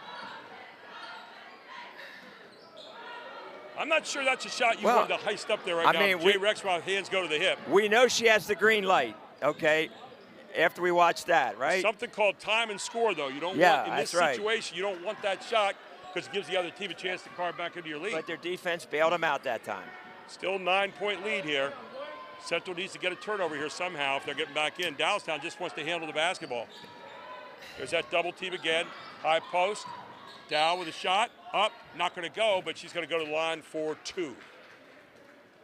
Yeah, they're looking to, when they get the ball in the middle, they are looking to score. Take a ball to the basket against that press. So the foul will be against Central. And at the line is Dow. She has played a great floor game here tonight. It's been rock solid all evening. She's been very, very huge in how they run their offense and how they play their defense. She is the floor leader out there. 11 points in the game and just misses here. Make that 10 points in the game. And the ball's going to go out of bounds off Central. It'll belong to Central, actually. Excuse me, off Dallastown. 1:42 to go. Right. 10-point lead right now for the Wildcats. Central needs to make up 4 possessions right now in the next 1:42. Right. Jay wants this defense to stop right here. He wants this defense to stop. They're back guarding, matched up. There's Reibert again, another look, and this one not going to go. Picked off by Jamison. Ahead it goes from Matthews. Again, you're going hard to the basket, and it's going to go in. Yeah. Wow. So Harper Poff in there for her first deuce of the game, and she's going to go to the line to try to make it 3. As the foul will be marked up against Central, Camille McCaskill, that'll be her 4th. She took that right to the basket on that fast break there. When they broke the press, they're going to score. They are looking to score, aren't they? Yep. And Poff is up and down. Poff with 3 points for the night. Free throw line has been good tonight to both these teams. Yeah, both teams have really shot Here's that Reibert. well. Kicks to the corner. You need a 3 to go here. And finally, there you got one. Great look, great penetration by Reibert, and a nice swing out there by Jaden Edwards with her first tray of the night. She's got 5 points, and they cut it back to 10 points again. I just wanted to jump in real quick, and if you know that Jamison family name, there has been a lot of winning going on in Dallastown. Lily Jamison won in 2019. Haley 2023 for the county championship. How about this? Dad, John Jamison, 1996. Grandpa, Sam Jamison in 1964 won. And of course, Dad is also assistant coach over here, John Jamison. So they're looking to add to that many, many titles there. Well, there's a story about how John Jamison won a league championship because it was an interesting last play. Wow. He had the ball. He got a rebound, tie score, shot it from 3/4 court, tie score at the buzzer. He got fouled at 3/4 court. He goes to the foul line, knocks them down, and they win. Gets York High. Gets York High. We all remember that one. Oh, we watched that. I'll tell you what, as a coach, you're sitting there going, oh, man. And it just was a foul at 75 feet away, and John Jamison went down and coolly knocked him down. Oh, you know what? Actually, I was at OSS, which is one of our sponsors, and he works there, and he told me that story, 1996. Oh, it was unbelievable. And he could still shoot it. Yeah. So the Jamisons know how to mine for gold, right? Absolutely. So here you go now. You really have to get some fouls here and stop and take your chances, don't you? And there it is. Yeah, I was wondering, Central has to foul now. You're down 4 possessions here, ladies and gentlemen. That's how you think about it as a coach. 3 long possessions or 3 threes and 1 short one. Let's see if Dallastown tries to get the ball to their best foul shooter. Good tip away by McCaskill. There's Matthews. And every second right now is precious for both these teams. Dow says, let's kick it back out. They're not interested in scoring. They're playing the clock now. They're done playing against Central. And they kept the ball hot that time. Nice job. So that'll be the 5th foul now. So you're going to go to the line. You got Jamison stepping in there, one of your best shooters. In fact, Jamison 67% on the year. She's been there 2 times tonight and has scored 1. Yeah, they did a nice job keeping the ball hot. When she got the ball, she's sort of like, okay, go ahead and foul me. She's going to make 1 out of 2 is what she's saying, right? Yeah, exactly. Percentages say this one goes down. That's what I'm thinking. Though I'll tell you, last year we were in the state championship game. We had 2 guys going in, 80% shooters, both missed twice down the final 30 seconds. And I'll tell you what, you talk about getting scary. But she does it here. She knocks it down. She's now got 10 points in the game. It's like I said, sometimes 1 out of 2 is okay. Exactly right. Production. 45 seconds to go, an 11-point lead right now for the Wildcats. Yep, and Jay does not want them to foul right now. They're going to play good D. Trying to get into the finals for the 3rd straight year and have a chance to win this championship for the 3rd straight year. And there's that 3. Been a little bit better in the second half tonight, but still have not hit it as consistently as they might. And you know, when the game was in doubt, that's when they struggled hitting the 3. When Dallastown had a lead, they did hit a couple 3s. Matthews stepping out of bounds saying, hey, I think it's our ball, isn't it? And the official eventually agrees with her. Yeah. I mean, that's about the 3rd or 4th times that we've seen the referees get together and change the call. Here again, you're done playing Central now if you're Dallastown. You don't need any shots. And there's the foul. You're playing the clock. out front. All right. This is why you do your foul shooting practice right now. Exactly right. And this is where we said it would be decided tonight, maybe, and 59% team shooting tonight. And the way it is with the 2-shot fouls, I think it's a lot better for the player at the line. Remember, the 1-and-1s were really crucial to make that first one. There's Dow with another make tonight. I always said that the 2-shot foul now makes the bad free throw shooter tolerable. Yeah. The tolerable free throw shooter good, and the good free throw shooter great. Yeah, I agree with that, 100%. And there's 2 more there for Dow, who's had an outstanding night here. 12 points in the game, 21 for Matthews. Back in the 2-3 zone. How many times did you say that? If you only made the front end of the 1-on-1. Yeah, exactly. We don't say it anymore. We don't say that anymore, nope. Here's Matthews. Matthews looking to go to the basket. Up and in for Matthews. She had no thought about pulling back on that one. She's got 23 in the game. She saw all that open space and said, I might as well go score this. 23 for her, 10 for Jamison, 12 for Dow. And there's a young lady who's played herself a heck of a second half. And the final score, 54-39, as Dallastown is the first team to advance to the YAIAA final this year against a team to be named in a few minutes. Well, either Red Line or West York. Dallastown was just solid the whole night, weren't they? Really were. I thought they did a nice job running their offense. Central played real hard, but they got down, not their perimeter shot let them down there in the first half. And then when Dallastown got the lead, they just kept doing their thing. Of course, Dallastown now moves into the finals, a chance to win 3 in a row over the last 3 years. Leading scorer in the game tonight, of course, Praise Matthews, 23 points tonight. I had Alana Madal, who had 12 tonight. And also then Jamison, who had 10, including a couple of 3s. And speaking of 3s, how about Sophia Skovich, who had 2 in a row off basically the same play that really jetted them out to that lead? Well, she was sitting there in the corner, and they did stuff away from the ball to get the dribble penetration into the paint and then kick out to her. And she made 2 in a row, and that really widened the lead. 14 points for Reber tonight on the other side.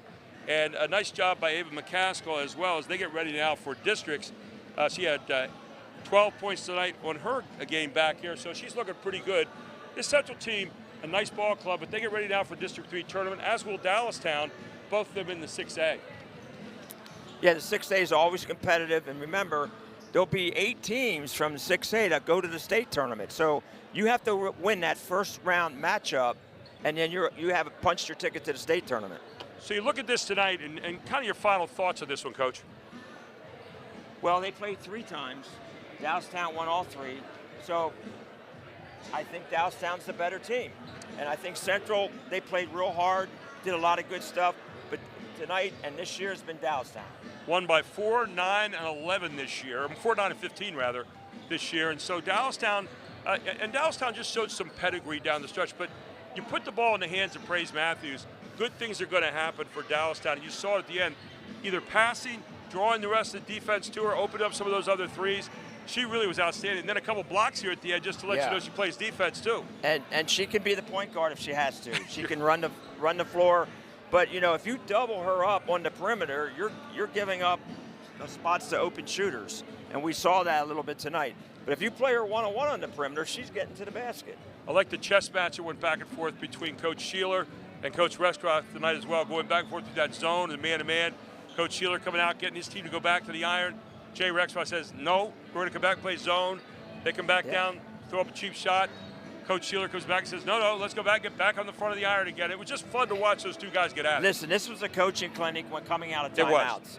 Yeah. Coming out of timeouts, if you had your notepad, you could write down what they were running because they came out of timeouts. Their teams knew exactly what to do. It isn't that a well-coached team, and again, a good coach when you know, here's a set piece we want, this is what we're going to, and then you see them executed out of the timeouts. We all look like geniuses when our players do that, right? Well, they're not drawing it up on the sideline there. They're just going over saying, okay, remember that play we did in practice? We repped that in practice, now we're going to do it, and they come right out. But they know the situation when to do that. What a great point, too, that, you know, these games are won. We watch what happens here on the floor tonight on TV, but these games are won in repetition, practicing properly every day, having kids committed to your system. And we saw both these teams tonight committed to a system. Doesn't always work out perfectly, but you know what? These teams were well coached. Teams played very smartly. It was a fun game to watch here tonight. Always when you get to the semifinals, you have a lot of those things going for you. And both of these teams had that going for them tonight. Well, Coach, I can't tell you how much fun it was working with you tonight. Good Absolutely. getting together again. It was a lot of good times, a lot of fun, and two really good teams, and looking forward to seeing this second game.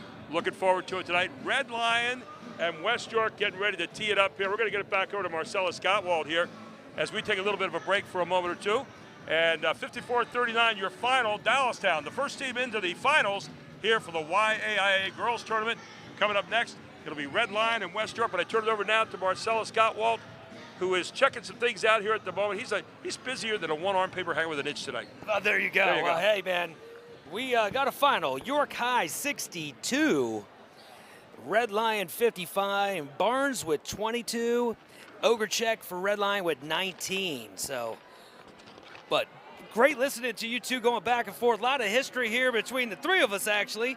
Coach Gary Sutton, you are part of the reason why I'm on this microphone. I always tell people, you used to come to my games 5-10 years ago, whatever it was, 1995, Spring Grove, and I really appreciate it. I still have some of my old tapes from WSBA, and I really feel like this is what I want to do, is give back to these kids. These are memories these kids are going to have forever. So to call a game with you is an honor, and to have you out here, of course, with this guy, Warren Goodling. Daryl Wilson used to take us to Summer League over to a place called Hempfield, and this guy was running that over there. Well, I'm going to tell you a quick story here as we have a little bit of time to kill for a minute. My team at Columbia won a championship in 1987, a state championship. Warren and I have been friends, like we said, since 1974 when I first met him, and I knew the first time we ever coached against each other, what a class act. I had heard about him as a player, but we were both kind of testing out our mettle as a coach. And you know, our first game, as you said, 23-17, 7th and 8th grade teams. It was the most important thing we did back then. But that was the first to start a long career where we both have coached 45 years or more. Well, after we won the state championship in Columbia, I got so many different cards and notes and things from people, but I got one handwritten note that meant more to me than anything else. It was from this guy and still hangs in a frame today at my house. I remember it after all these years, and it was, you know, when you get it from a friend in coaching who knows what all you're going through, and he wrote a really heartfelt thing about, you know, we're all out there kind of working our brains out and trying to do our best, and it's fun to see somebody kind of come through after all the days on macadam outside and camps and everything else. You know, it means a lot when you have a class act that sends you a letter like that. So I still hold that as a treasure today, 45 years later. Wow, that is awesome. My gosh, well, I got goosebumps on that. And Warren's heading out, I guess, you going to Spain tomorrow, or when are you going? No, we have a tournament in Clearwater, the team I play on, USA Global. Clearwater, this week, and then Coral Springs, Florida in May, and Switzerland in June. There you go. He's still playing. 72. I don't want to put his name out there. He looks more like 42, and he shoots like he's 32. But well, you haven't played Warren Goodling yet until you played in the game either 1-on-1 or 3-on-3 to 100, no inbound. We used to have it run the Irish basketball camp, Mike Keys and I, and he would come over, and we'd play in the morning. We had Rosa Bear, who went and played at UConn. We had Brian Pearl. We had Warren Goodling, myself, Coach Kesey, and one other player who will be named later. And we played 3-on-3 to 100 before camp started. And I'll tell you who was running better than anybody at the end. You're looking at him right here on your side. Well, he still does. We go to Ballyhoo. Shout out to Esprit Performance Center, and I play with him sometimes on Friday mornings. But I believe that one day, I remember being at that camp in about 1993, and Kassan Jenkins got on the mic and said that he got his butt kicked to 100, 101, by this guy over here, Warren Goodling. So, Coach, we're going to ask you to stick around here the next game if you can. I'll be doing some player interviews. I got a couple of the Dallastown girls invited to come up. And, yeah, sit back and relax, as my man Todd would say. Get your popcorn, get some bottled water. We got a whole lot of basketball left. Sports Shooting Stars will be on site for the girls' championship and for the guys, for the boys as well, coming up. But I couldn't go any farther without giving a big shout-out to Rudders. Rudders, I've been doing their voiceovers for 13-plus years, and they put us in the Super Bowl again yesterday, and it was an honor to have my voice on a Super Bowl commercial. So, Rudders, why go anywhere else? And we're getting all ready for game number 2 now, as Marcella Scott Walt and I will be doing that one. We've got Red Lion coming out here. Coach Don Dimoff in his 29th year, 2 wins away from 600. I wonder what he's thinking he'd like his 600th win to come on. A league championship? That's the possibility. So you got some storylines here. You got Dallastown looking for 3 in a row. You got Don Dimoff looking for number 600. We did have a coach already this year from DeLone. Yep. Jerry got his 600th this year. So Don Dimoff, a good friend of Jerry over there at DeLone, looking to maybe get his 600th. But he'd like nothing more than to get it in a league championship game. On the other side, you got a West York Lady Bulldog team here, 16-5, who's coming in here under Jason Getz, his 3rd year. He's been a long-time assistant here. And they've had an outstanding season, 10-2 in the YAIAA. And, of course, you look at the other side for Red Lion, 11-1 in the YAIAA, and time with Dallastown for the championship in the Division I. They're number 1 in District 3 coming in, so this is looking to be a great matchup here tonight. Yeah, both teams have a little bit of similarities when it comes to, you have a couple core shooters or scorers, but really you got 7-8 players that could contribute. Never know who the player or players are going to be of the game. Anybody can step up, Coach Gary. Well, you look at West York tonight, you got Brooke Donalds, who's averaging 15 points a game. That's 7th in the YAIA.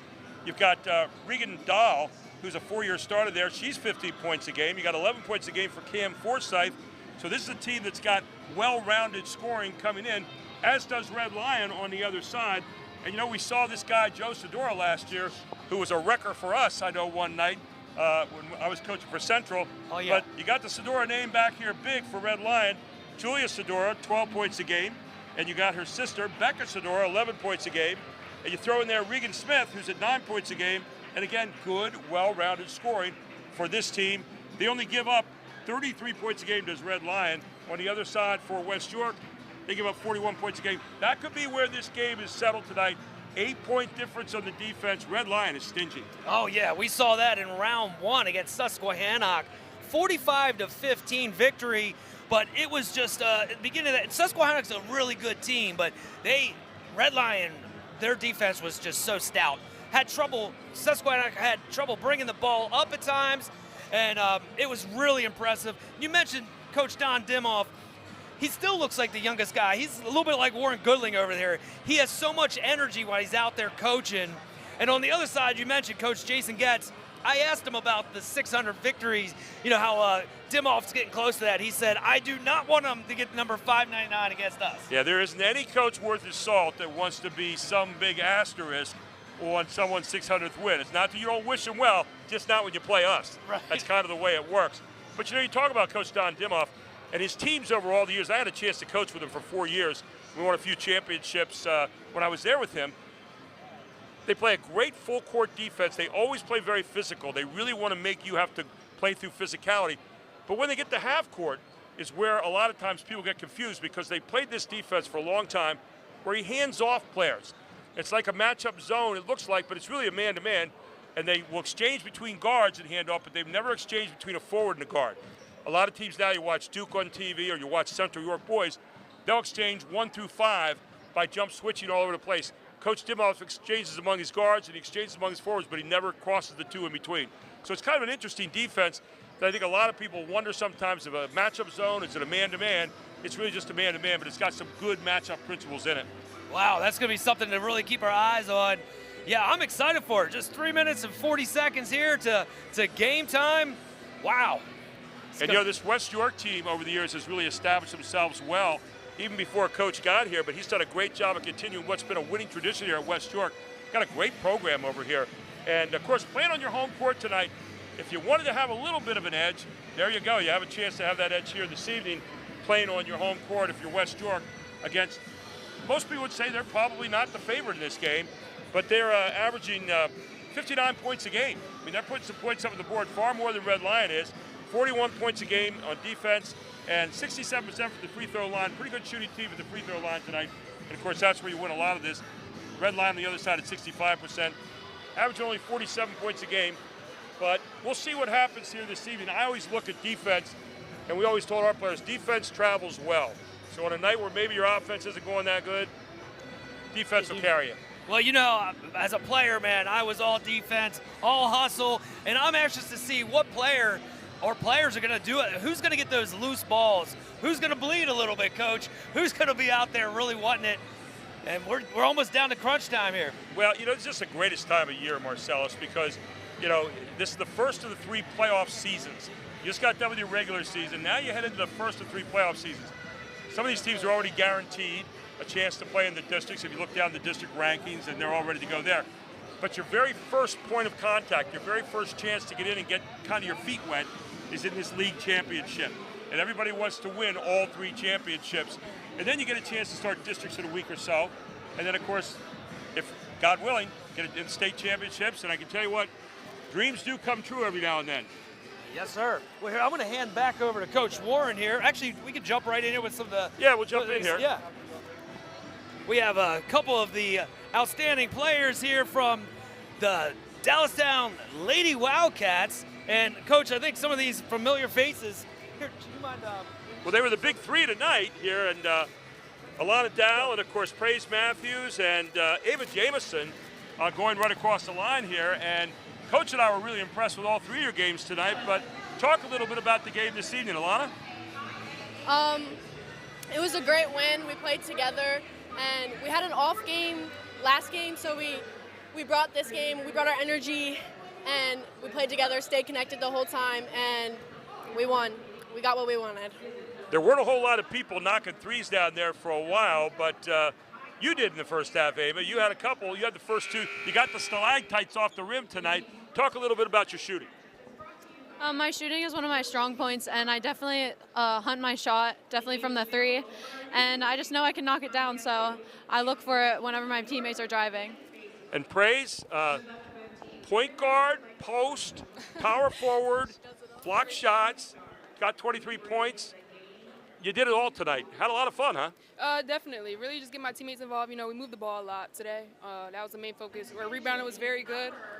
Putbacks and our defense is our biggest attribute. So we did. Now, do you have a favorite you're looking forward to playing from this game? Maybe I know you have a little next door neighbor you guys have played a few times. You know what? Whatever we got, we're ready for it. There you go. Well, spoken like true champions. Congratulations on being the first into the semifinals, and good luck on the championship night. Okay. Thank you. And you tell your teammates when you have the ball, you are the point guard, right?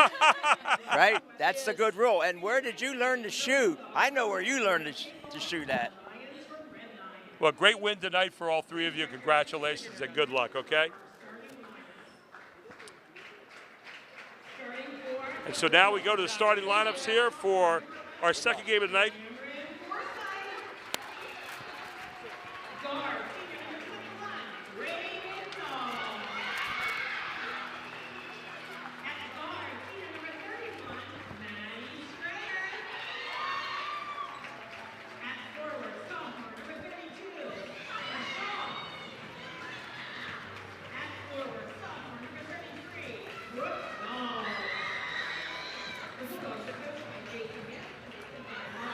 So Cam Forsyth, number 21 in there, Reagan Dahl. Number 31, Maddie Strayer. Number 32, Maya Shah. And number 33, Brooke Knowles.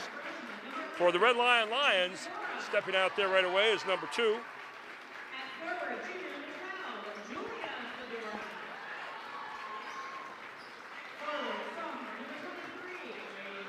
I think it's actually, it was Olivia Miller's number 2. Olivia Miller's number 2 there. We have a different change on the thing. And number 23, Reagan Smith. Also checking in there at number 24 is Arlie Yeager. Yeah, and of course, then you have both of the Sedoras in there as well. Yeah. So those are your starting lineups tonight as we get you ready for the national anthem here.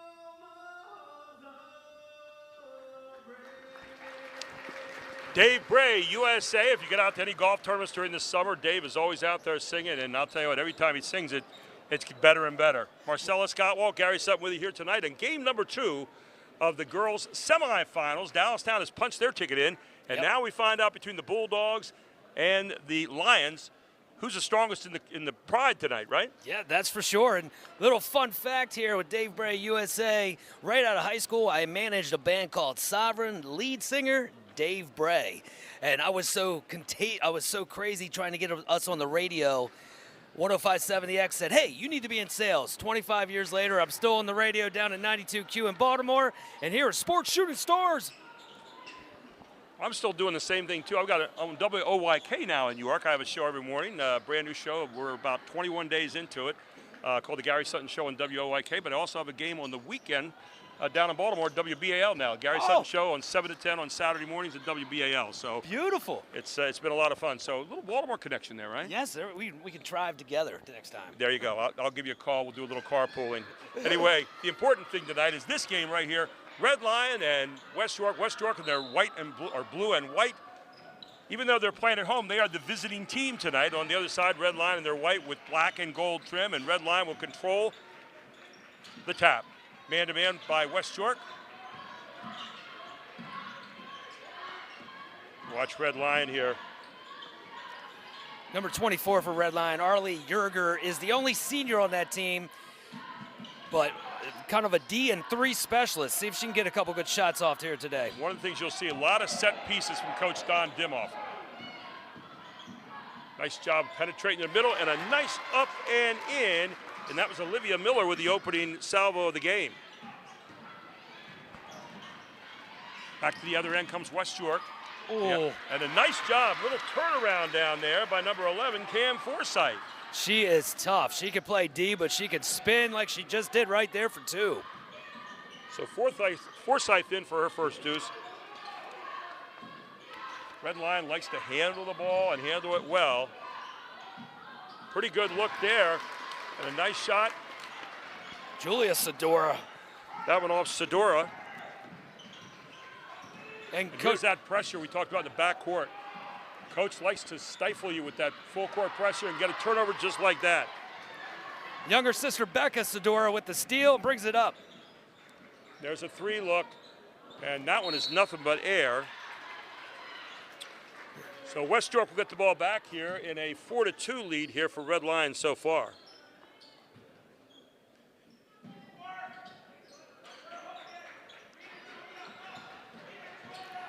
Yeah, Red Lion not making anything easy here on the D here, but West York have seen it all this year. They've been through a lot of tight games, and so West York taking their time with the basketball, running that little weave, and then looking at the post. There's a 3 from the corner, not going to go. Offensive rebound for West York. They get it back in. Another one missed. Another offensive rebound, another miss, and Red Lion comes out of there with it. Back to the other end it comes, and Red Lion, they're going to miss the other end. Cold rims right now here in the early going, Marcellus. That happens sometimes. Sometimes you just need to get a little bunny or a free throw or see the ball go through the hole. And so early going here of the second game tonight, 5:48, and there's that press. And Red Lion not going to get it again, but follow up one more time and putting it down. And bucket is good from Red Lion. Julia Sadora, another rebound and putback. Picked away at the other end. West York gets it back. Long 3, not going to go. Offensive rebound, back out it comes. Another look from the outside. That's not going to go either. And so far, West York not able to find the shot they want.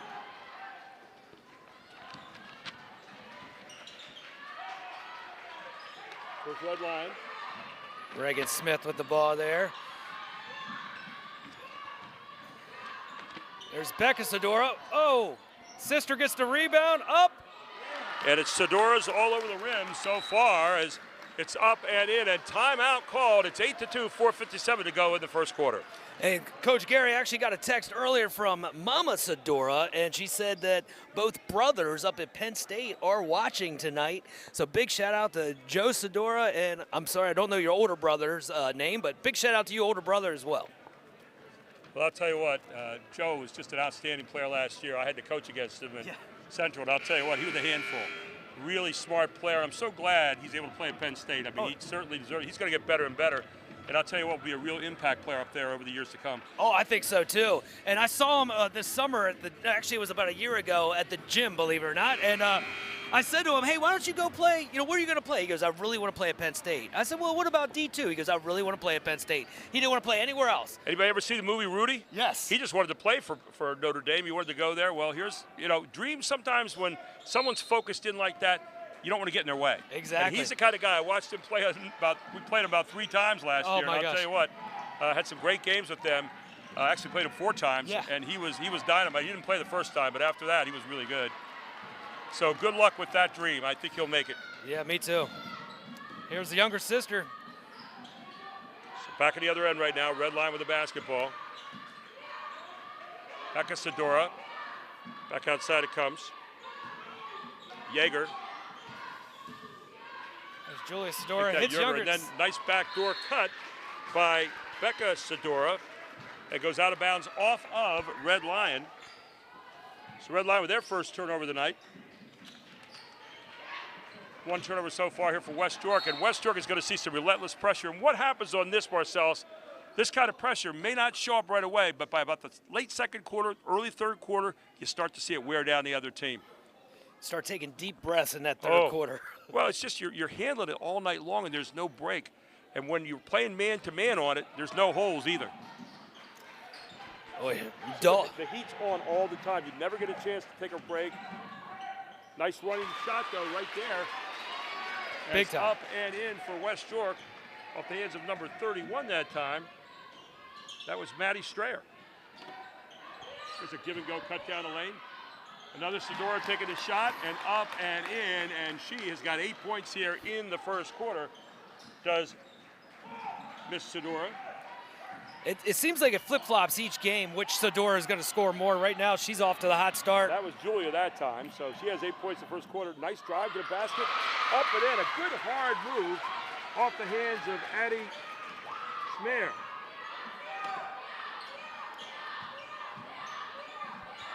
Well-played game so far by both these teams.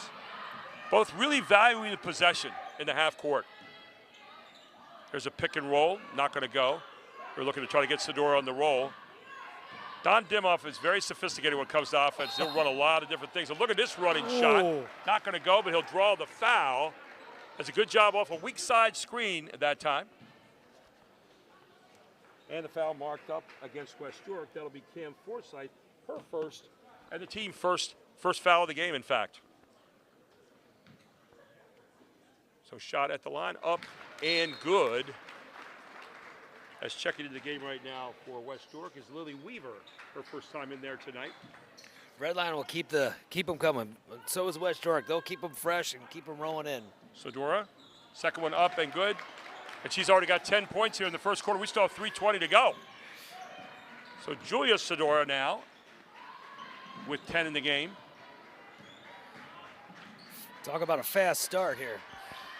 So here goes West York in that motion game. They average 57 points a game. Look at the defense. Pushing. No place to go with it.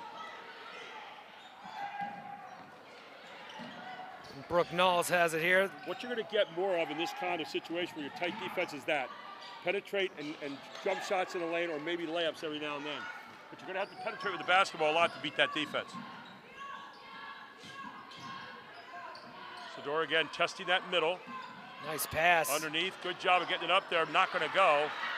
Good rebound. And good back push. to the other end, West York on the transition. But good hustle back that time by number 24, Arlie Yerger. So Yerger did a good job of transition defense, Marcellus. Yeah, and Coach gives her a lot of props. The only senior on the team, does a lot of the things that aren't going to show up on the stat line.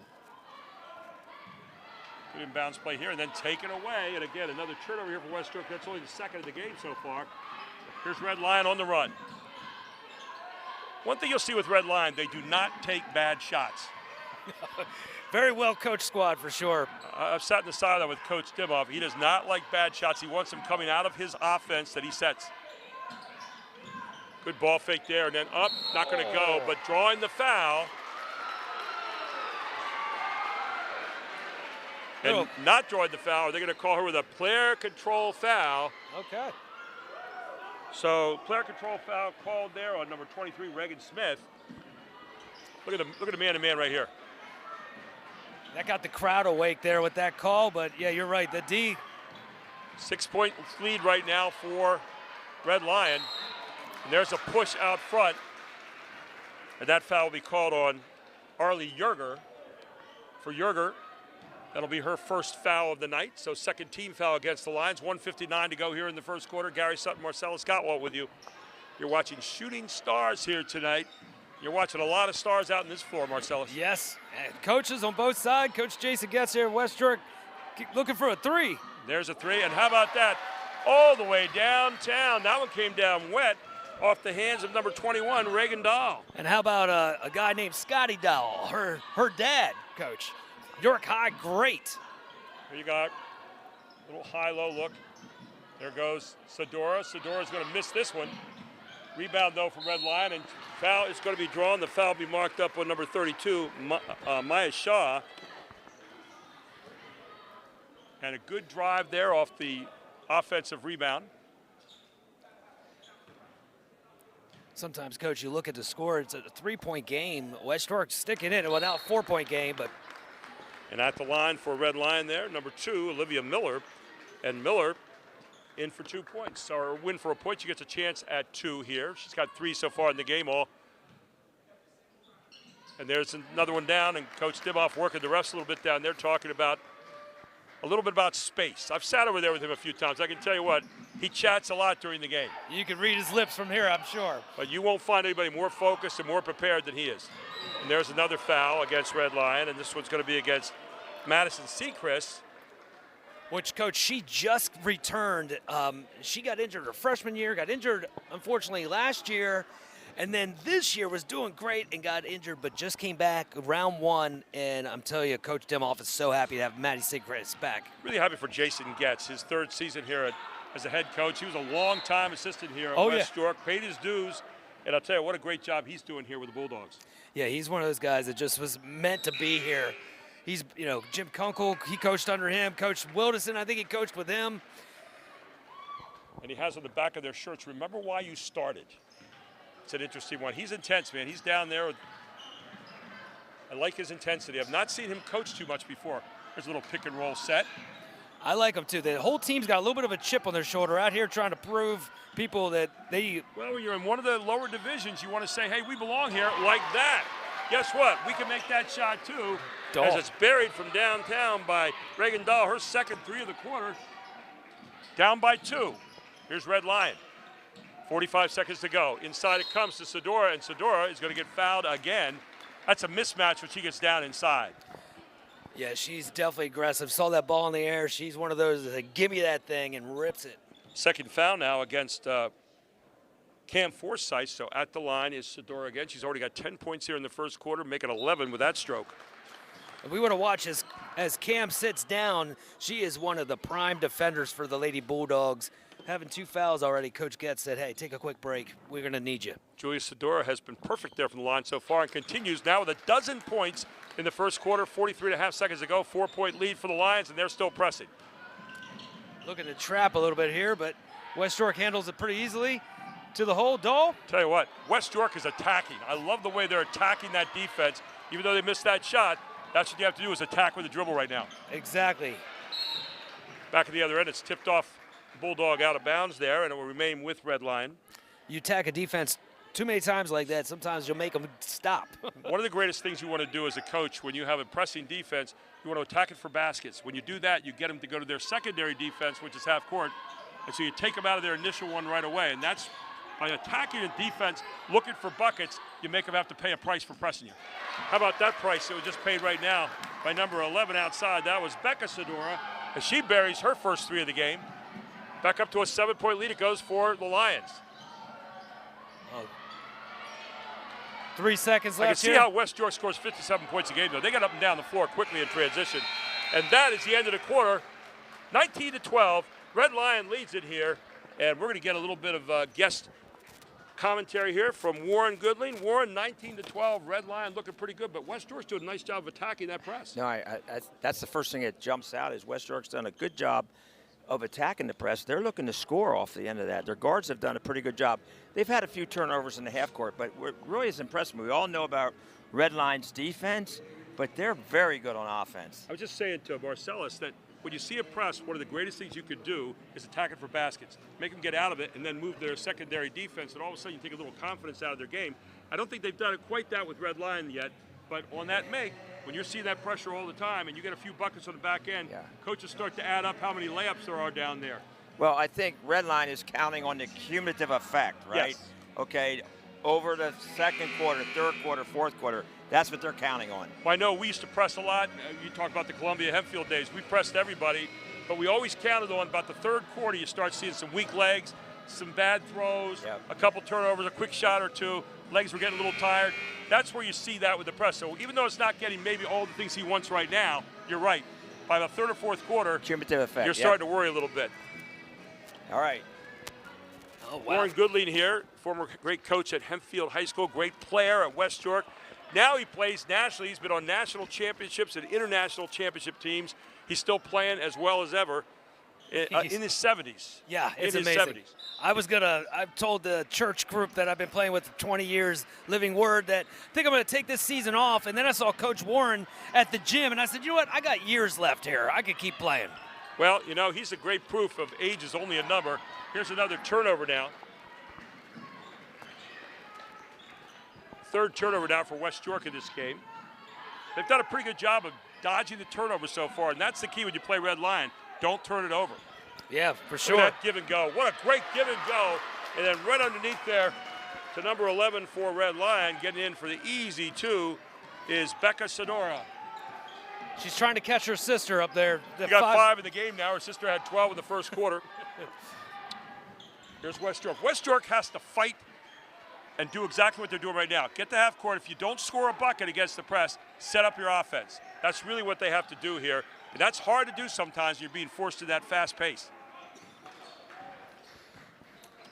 We just got an update that Joe Sador is watching his sisters from L.A. From L.A.? Yes. Okay. We're in York. So. That's exactly right. Well, Joe, good to talk to you. I'm glad you graduated. I really, but yeah, he was an outstanding player last year, I will tell you. A handful to have to play against, and a very, very smart player. Oh, good pass underneath, and the foul is going to get called against Red Lion, and that will be on Madison Sechrist. That'll be her second, I believe. Yeah, I was just told that Penn State played UCLA, and that's why he was out there. That's pretty good. Played against the Euclids. So at the line, up and not going to go here on the first shot. And a second shot coming up here from Maya Shaw. Maya was huge in that first round. Leading scorer, and coach said they just kept relying on her. She kept delivering like that one. What a nice stroke there. 1 out of 2 this time. She has her 3 points in the game, does Maya Shaw. Here comes Red Lion with an 8-point lead, 21-13, 6:48 to go to the half. Back in a 3-2 zone now goes West York. Going to try to make Red Lion prove themselves from the outside a bit.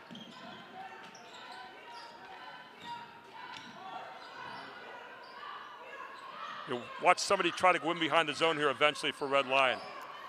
They'll go high, and then they get a nice little shot like that right in the middle. Beautiful look. And the shot is up and good again from Julia Sador, who now has 14 points in the game. Well-conceived play against the zone. Yeah, and that's textbook elbow straight, beautiful shot. Look at West York attacking again. Transition, nice job by the Bulldogs of getting down the court in a hurry. That'll be Brooke Knowles, number 33, going to the line. Just a sophomore, but one of the leaders of that team. Foul against Red Lion. That'll be marked up on number 12, Julia Sador. That's her first of the game. And the shot is up and good from West York's number 33, Brooke Knowles. Brooke Knowles with her first point of the night. Getting a chance to make it number 2 here. She tries to draw her team back to 8. Really like this West York team. I have not seen them play before, but I've heard a lot about them, and they're really, really well coached. Yeah. And I love the full court transition game that they have. Yeah. Here they are back in that 3-2 zone again. They're not scared of anything, Coach, and I love that. You attack the 3-2 zone from the side. There'll always be gas on the side. So watch, you have a person flashing that high post, you get behind the zone, and you got it. Or you do that. Knock it down from the outside like Sadora just did. And she has 17 points in the first half. We have 5:48 to go to the half. What a game she's having. This might be one she wants to show her grandkids in about 40 or 50 years. Here's West York. No place to go in the middle of that zone right now. A defensive zone it is. It's a man-to-man they're playing. Here comes Red Lion back. Off the one leg. Good head and shoulders fake, not going to go. Off the hands of Becca Sadora. All the way to the other end, up, and not going to make it. She heard footsteps. Oh. Red Lion gets it back. We talked about physical, right there you saw it. That's Arlie Yerger, the senior. Yerger gets the ball, kicks it out here. They're going to call her for a walk, though, and a turnover here against Red Lion. That will be their third of the game now. So 3 for Red Lion, 3 for West York so far. Here's that pressure again. Just always there. To make you work for everything. But like you said, they keep it. West York looks to attack. Then they drop in that man-to-man. You see them jump off. They always hand off. And there's another turnover forced there against West York. That's another steal for Julia Sadora. Here, Becca How about Sadora. up and in. What a drive off the hands of Becca Sadora, and the biggest lead of the night, 28-15 here in this one. Red Lion leads it with 4:39 to go in the first half. Marcellus? Wow, yeah. I mean, so far, it's the Sadora game here. 17-7, and a lot of defense on the Red Lion side for sure. 28 points for Red Lion. 24 of them have Sadora as a last name. So that tells you a little about what they're doing tonight so far. But let's get an update. What's happened with Central over there against who are they playing tonight over on that other side? The West York Bulldogs. They got the West York Bulldogs. It's interesting this year. Central with 2 teams in, West York with 2 teams in, Red Lion with 2 teams in, And Dallastown and YAIAA, the only two intruders that didn't have two teams in, right? Exactly, but right now it's a tough one as West York with the ball going to the hole. It's 11-10 right now. West York is down 1, 6:50 to go in before halftime. Tight, tough game over there. Garrett Bull does a great job with his West York team. They won a county championship about 3 years ago. I remember seeing that game. He's a graduate, by the way, of our Irish basketball camp. So he told me the very first time I ever met him, he came up and said, I graduated from your Irish basketball camp. I said, good, then you must know a lot of basketball. But he probably learned it all from Coach Kesey, my partner. Oh, yeah, well, there you go. Well, hey, I got to plug that. I won Defensive Player of the Year in one of your camps, and I'm really proud of that. I remember York Catholic. So, and yeah, Coach Bull obviously went to Red Lion. He's a teacher at Red Lion, but with that name, I told him he just had to be a coach at West York. He's the Bulldog coach. Here comes West York back on the other end. There's that trap again, and Red Lion really picking up. Look at the tips. The tips, the slow offense, you get them to run by throwing up lobs. And so look at that. There's 4 tips on that play, and that's what Red Lion does to you, and they make your offense really, really tough to run fluidly. Yeah, and it's tough with both these teams. There's so many good players as off on that one. You need for some of those to fall, and that one's not going to fall. And coming out of there for Red Lion with it, Becca Sedora. Coach Dimoff barks out what he wants. They're running a little screen off the high post right now, and then a step back, and then the 3. And that was a set piece right there as Julia Sedora with yet another 3 out there. Wait, I believe, is that Check regular? that, I'm wrong on that. Forgive me on that. That was Doyle with that 3. And there's a 3 to try to answer on the other end, not going to go. And Red Lion picks it off again with Arlie Yerger coming out of there. So Red Lion, their pressure is wearing down right now on West York because they're not taking the good quality shots that are getting 2 or 3 passes in the offense. Reagan Smith thought about taking another one, and back now inside it goes. Back out again, in-out basketball, and then a tip here. Another turnover. Brooke Knowles with it. 3, not going to go again. Here comes Red Lion with it. Get it ahead. Oh. There it is, the back court. You can see Coach Timoff does not like that. When Coach Timoff puts his head to his hand, and then he says, calm down a little bit, girls. 3:07 to go to the half. Red Lion leads at 31-15. They only gave up 8 points the other night in their game against Susquehannock in the first half. They only gave 15 for the game. Yes. So West York having some success here running against that press, but there's another turnover now against West York, and that's number 6 this half. And that Susquehannock team was tough. They actually beat this West York team down there. But right now you're seeing, as Coach Goodling said, the cumulative effect of that press is starting to really wear a little bit, I think, on this West York team. Not so much necessarily in turnovers, though they've gotten 3 out of the last 5 possessions turnovers. Look at this. Got it underneath and then missed the layup. One of her only misses, but looking to sort this out. Was it over back or Julia Sedora not happy with herself? Julia Sedora, and then you get a technical foul on top of that, I believe. Wow. So Sedora is going to get called, I believe, for the foul here. And Don Dimoff is over making his case right now. Yeah. So Sedora is going to pick up the foul and the technical, and it's now 2 on her. And so we're going to walk back to the end here, 31-15, but now West York's going to get a couple of free throws and the ball. So shooting the free throws right now for them will be Addie Schmoyer. Schmoyer up and down.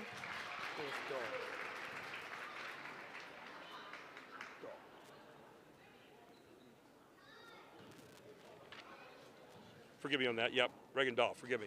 Reagan Dahl. I went dyslexic for a moment. Yeah, it happens to all of us. So Dahl knocks them both down right there. So now it's 8 points in the game for Dahl. Forgive my mistake there for the Dahl family. And now they get the ball as well, so they knock it back to 14. Clock stops. Get a chance to make a little hay right here. That's exactly what they needed, Coach, right there. A little momentum change. Let's see if they can capitalize now with getting the ball back. Just having an adventure getting the ball in bounds here for the moment as the ball's going to be handled by Lily Weaver. And Weaver did not quite get across. They said they tipped it. Here comes Weaver trying to get to the basket. And Weaver trying to get past Sedora, can't do it. Good defense there by Becca Sedora. Oh. And there's the attack to the basket. Good job again, can't get it to go, and Becca Sedora comes out with a rebound. 2:30 to go here in the half. 14-point lead right now for Red Lion. You see all the different little set pieces that they have here. Weak side double screen, then a step out. Swing it to the other side, look to penetrate, then kick. Stretch that defense side to side. Yerger. Pull up right there and not gonna go. Tipped out of bounds by Red Lion, will belong to the Bulldogs. 2:05 to go in the half. Yeah, this is a big crunch time. They always say, like, how are you going to finish the halves? And this right here, 2:05 to go, especially for the West York Lady Bulldogs. If you get a couple points here going into the half with some momentum. Yeah, they just want to find a little momentum right now and get a good possession here. Inside it goes, but again, you see what happens with the hands up so often and all the tips, they slow your offense down, does Red Lion. And when that ball's in the air, it really is an advantage of defense, because if you leave when that ball leaves your fingers, you're going to be there by the time it gets to the end. So you want those kind of lob passes, you want to get tips, and just disrupt the whole rhythm of that offense, and they're doing a very good job of it here in the half court tonight as Red Lion. Yeah, and sometimes you start overthinking it too when you're about to pass. After so many tips, you start adding a little bit too much air to it. They're running an interesting play off the high post right now, and then they get this look right here, and that's exactly what he's looking for downtown. Off the hands of Arlie Yerger, a big three there, her first three of the night. The senior, the D&3 specialist, as I call her. Big shot. I'll guarantee you, Coach Dimoff wants to put the hammer down right now here. 17-point lead in the first half. He knows how dangerous this West York team is. Yeah, West York does not quit, so they'll go all game right at you. Nice drive down the lane there for West York. That was Cora Rogers in for 2. Rogers with 4 points for the night. And check that rather, Brooke Niles in for 2 there, number 33. She has 4 points in the game. Man-to-man defense on the other end against Red Lion. Under a minute to play now in the first half. I wouldn't be surprised if Red Lion holds it for going for the timeout here. And Don Dimoff wants a timeout, and I'll tell you what he wants right now is a set piece. That's exactly what he's going to look for. How about that Central game going on right now over there with West York? Let's take a quick look. 15 Central, 14 West York Bulldogs. So still close there in that first half. And, Coach, you're very familiar with both teams, but especially Central with that state championship last year. Right. Tell us about that. Well, Central, is running that man-to-man defense full court this year all the time, and that's really been their bread and butter all year, averaging 80.7 points a game. A little different than the team that we had last year, where we didn't do as much pressing. But this year, 80.7 points a game, giving up around 59, 60. So the defense there has normally been wearing teams out about the third or fourth quarter. Not dissimilar from this Red Lion team, who does the same kind of philosophy. And, of course, you have Ben Rill and Ben Natal. Everybody knows about those two. Ben Natal now the all-time leading scorer there. But Ben Rill, just one of the best big men in the state. But, R.B. Brown, Doug Laird Jr., you look at Byron Pinckney has really been a glue who stepped in this year for Greg Gittinger and is averaging about 13 a game. So you've got a really nice combination over there and a couple great players coming off the bench with R.J. Jackson and JoJo Woodard. Big time. But that's a close game right now. West York sitting in there and looks like they're keeping the game in the kind of numbers they want. There's a good look from the outside, not going to go. Sedora with an offensive rebound. Tip there, back out front it comes. Set there by Yerger. Back outside now to Lobach. Off to Yerger. Now watch the split and then the step out. They run one person off the post, the other person steps out weak side. There goes Regan Smith in. They're going to get a call for a walk here, I think. No, a block. A block, and does he get the bucket? That's the question. And they did not give the bucket there, so it's going to be underneath as the foul is going to be marked up against number 4. That's Lily Weaver. Ball be inbounded here for Red Lion with 25.4 seconds to go in the half. There's a backside pass to Sedora. It's Becca Sedora. Now they're just going to go into their motion here till about 11 seconds. You'll see them start to go in. That's the moment, huh? And here you go. Attack. Yep. I always thought go in 11 seconds, leave yourself about 2 seconds for a shot. They're going to look for a 3. Set play. There's the D&3 Killer specialist. shot, not going to go. Rebound for West York, 3 seconds, 2 seconds, 1 second. 34-19 here at the half. The Lions lead the Bulldogs here at West York. And I'm going to turn it back over to Marcella Scottwall here for some announcements here at the half. Yeah, well, first of all, I got to give a big shout out to Ray's Pit Beef. I'm telling you, this guy, there isn't seems to be any Red Lion games going on, boys or girls, basketball, lacrosse, whatever. He seems to be sponsoring everything. Big shout out to Adam Boblets and Ray's Pit Beef. You don't need a silver fork to eat good food. Check them out on Facebook or go ahead and book Ray's Pit Beef. Call 717-850-3220. OSS Health.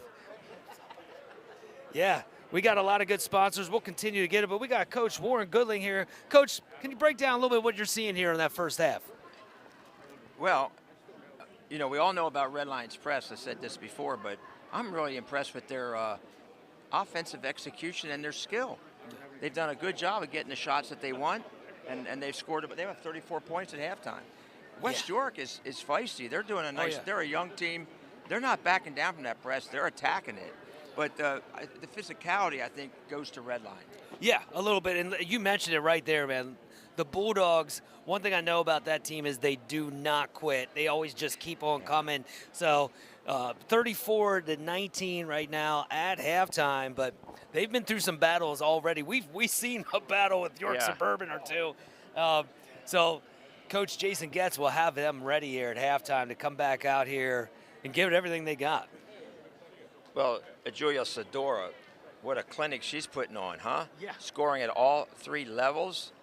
And when she stepped out there and knocked that 1-3 down, just looked so smooth. Unbelievable. Yeah, I mean, elbow straight. I always tell my kids that I coach, you know, the old beef. And her elbow is just perfectly stuck. And I talked to her, you know, both her parents played at Westchester. They put the work in. Like, those, you know. Well, her father played for Whitehall High School, and Jerry Widoka from Redland, who was the coach there. Jerry and I were really good friends, and they played in our Christmas tournaments. And he played with Dan Kaplan, who was the center, longtime offensive center for the New England Patriots. Oh, wow. So it was Sedor and Kaplan in the back line of their matchup zone, and Jerry Lloyd, which was an outstanding guard. I think he went to Mount St. Mary's.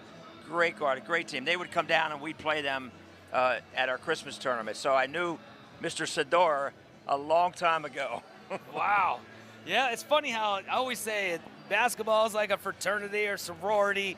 You just kind of get to know everybody, and especially over the years, some of the people that you battle against, you know, biggest rivals become your brotherhood, you know, and that's one of the things I love about, I'd say it's the greatest game in the world. It's the only place I know that you can show up in the middle of a park, have a 72-year-old guy playing with a 13-year-old kid, and it's just the best sport in the world, in my opinion. Yeah, we all talk the same language, right? Yeah. It's amazing, yeah. It is. So, yeah, right now, looking over 22-20 on the boys' side, Central York over West York. Man, that is, I think, might be one of the closest games of the year. Coach Sutton, you spent a lot of time with Central. I do got a question for you, especially with Joe Sedora listening. Last year when Red Lion beat you guys it was in districts, I thought that was one of the best things that could have happened to your team. With losing like that, because you guys, the next time you guys played them, you were ready to go. I'm going to guarantee you, Marcel, when you sit there at the end of the game and you see our guy fall down and you see us not making the play, it's not that good a feeling. Yeah. But what we did is we all kind of sat down and we changed our whole approach to the rest of the season, the way we practiced. And our kids, to their credit, and to Coach Hoke's credit as well, really changed around in a hurry on some habits that we'd kind of gotten sloppy with. And so the next time we played Red Lion, there was the one thing that we did, and you'll laugh at this, but Coach will know what I'm talking about, we made them play in front of us. Yeah. Red Lion makes you play behind. They back cut you all the time. They screen so well. They shape up well. They are constantly in motion. Very tough to play. When we played them the next time around, we made them play in front of us, and it really was a much different game when we played in the state championship run, and we thought we were able to do a much better job with them. We also hadn't paid enough attention to the freshman guard, and he had killed us the first two games. The next time around, he earned 10 points that last game, but I'll tell you what, he earned every one of them. He's a great player, don't get me wrong. And, of course, Sedora was an outstanding player inside every time. They did so many good things, and they made us look really bad. Even when we beat them in the first time, and Sedora was not playing in the opening time we played them during the season, we beat them by 10. but they had us down by 10 in that game. I was there. And it was, and then we beat them by 1 on a lucky shot by Ben Natal at the end, and then they beat us on the one shot at the end with a foul, and Sedora made 2. So that last game, but I'll tell you what, the one thing about our guys, I can tell you, they didn't like losing. They are great guys, and they're great kids to be around, but they do not like to lose a basketball game. And so the last time we played Red Lion, we kept them in front of us. We played a much different game. The only thing we didn't count on was that Dennis kid hitting a bunch of threes out there. He had like 3 threes. Right. He never shot the ball during the season, but in that game he shot 3 threes. But he was the only one we didn't really have planned for too much. But we were playing off him on everybody else and trying to get help with Sedora. So, but it was I'll tell you what a great rivalry that was last season. Was. And those kids, that Red Lion team was as good a team as we played during the course of the year. They deserved to be in states, and they just had an outstanding season. And Coach Smell and all their kids just played with a great deal of intensity, and they were smart. They're one of the smartest teams I think I've ever had the chance to be an assistant coach for, or even head coach against. They weren't fun to play against, put it that way. Yeah. They made you spend a lot of time getting ready.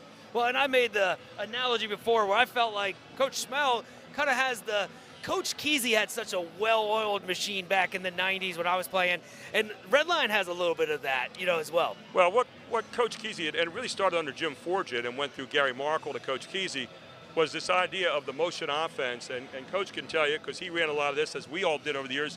In the early days, that's all you ran was motion offense. And what Coach Kesey's teams did and what Jim Forget's teams did, and also Gary Markle, they were great at hitting the screener. The screener's the most ignored player on the floor, and they would step back and hit the screen a lot, but they would run you. The pick is the toughest thing to deal with in the game, and now figure you're getting hit with 6-8 picks every time down the floor, times, let's say, 60 possessions. Guess what? That's a lot of hitting during the night, and it wears you down after a while on offense. Yeah, you get lazy on the screen, and they were going to get an open shot, and if you switched it, they were going to hit the guy who sent the screen was going to shape up and slip it. What was interesting later on was to watch those guys adapt to the three-point shot and incorporate that into what they've been doing before. The three-point shot has really changed the game a lot, Coach. Absolutely. And talking about those great York Catholic teams, they executed on offense, but it was hard to press them, too, because they had so many quick hitters against the press that would get you layups, and they had outstanding guards at that school and talent. For a lot of people, that was the old days, but I'll tell you what, and their pressure was there all the time. They were right, and they were in front of you, or they were face guarding you, and they just came after you all the time, and it yielded great results. The best team they probably ever had was the one in '87, they were 34-0, winning the state championship that year. Yeah, relentless pressure on defense, and then again, they switched every pick on offense, so it was tough to get them out of position because they always had that help side because of a switching defense. What do you like here in the first half? You saw this Red Lion team, they're out to a 15-point lead. I like West York, the way they're attacking, but Red Lion is really, really good, especially in their half-court sets. Really good on offense. I know Coach Dimhoff really coaches the defense every possession. He actually coaches it every pass. But West York's going to hang in there. They're a scrappy group, and they won't go down easy. But I think there was a little learning lesson out there today with Sedora. I think she got a technical, okay, and I'm not sure she really deserved the technical. Just she was a little frustrated.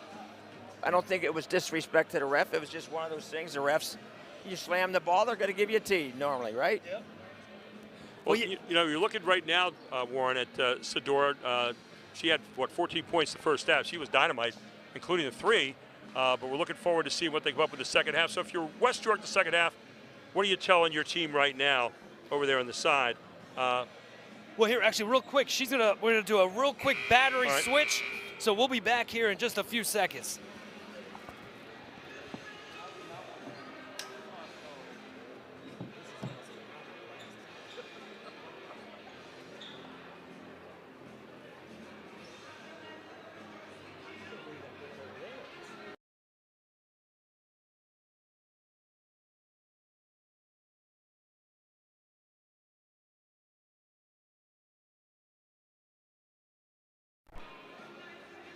Come to the press, you beat him.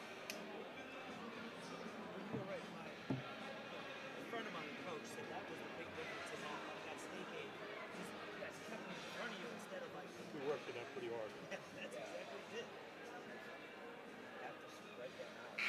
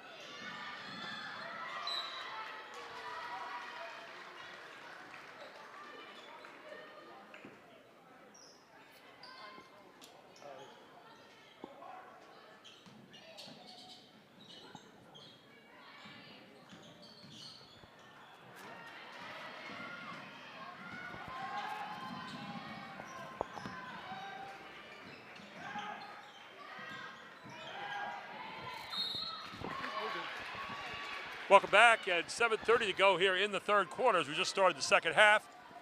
Red Lion up by 15 right now, 34-19. And at the line for West York,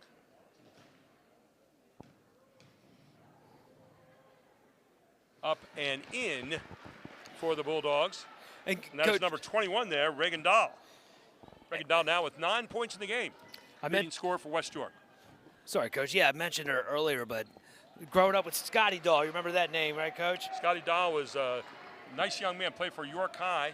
Used to work our Irish basketball camp quite a bit. Great kid. Loved Scotty Dahl over the years. Got to know him very, very well. 10 points in the game now for Dahl, by the way.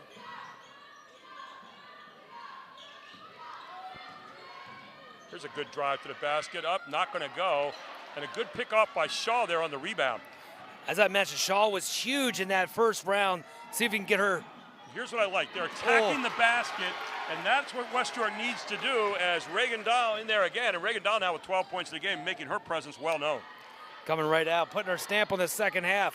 6:55 to go here in the third quarter, and they've cut it back to 11 now. You're going to get a foul called here against West York. It should be marked up against number 11, Cam Forsyth. And if so, that'll be Forsyth's third foul. And that's exactly who it gets nailed on. We mentioned her in the beginning, too. She is a defensive specialist and one of the leaders of the team. To having her sit so quickly here in the second half is tough. Yeah, but got to get her down, and Lily Weaver in for her. Becca Sedora with the ball. Easy hoop to the basket. Nice job. 9 points in the game now for Becca Sedora. She gets in for an easy 2. Just a freshman out here playing huge minutes, obviously. And Julia Sedora still on the bench. She has not been back for a while now.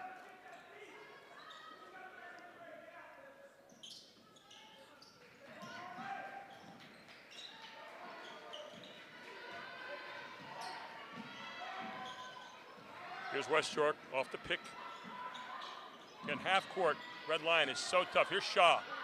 Good move by Shaw, and up and in. And Shaw, you can see right now what Coach is doing here in the second half is he is trying to make sure that Shaw gets the ball inside, and it's making a difference. Yeah, as I just mentioned, that was the big difference in their win last week. Earlier this week. And Jason Getz wants to get the inside game going. Hard drive to basket, not going to go. Shaw with another rebound, and Shaw really taking over here in the third quarter on the offensive and defensive ends. Back comes West York. Big bucket right here. 5:52 to go. Want to get under double figures. Lily Weaver with the ball. Red Lion. Pick and roll again. Turnover. Seacrest gets the steal. Dallastown all over here to the defense. West York putting their own version of the press on right now. So here comes Red Lion now. They'll settle into half court.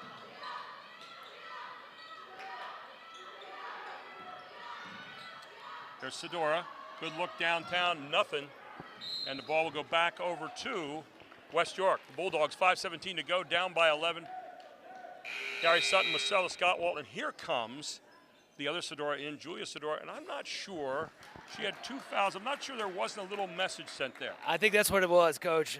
She was a little frustrated. I think more that she missed the layup and slammed the ball down, got the technical, and Coaches have different ways to deal with technicals, and sometimes just a little time visiting on the pine is a good thing to go. So Coach Dimhoff might well have been sending a little message there.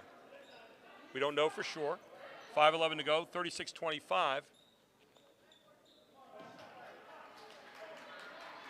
Foul will be marked up on Red Lion.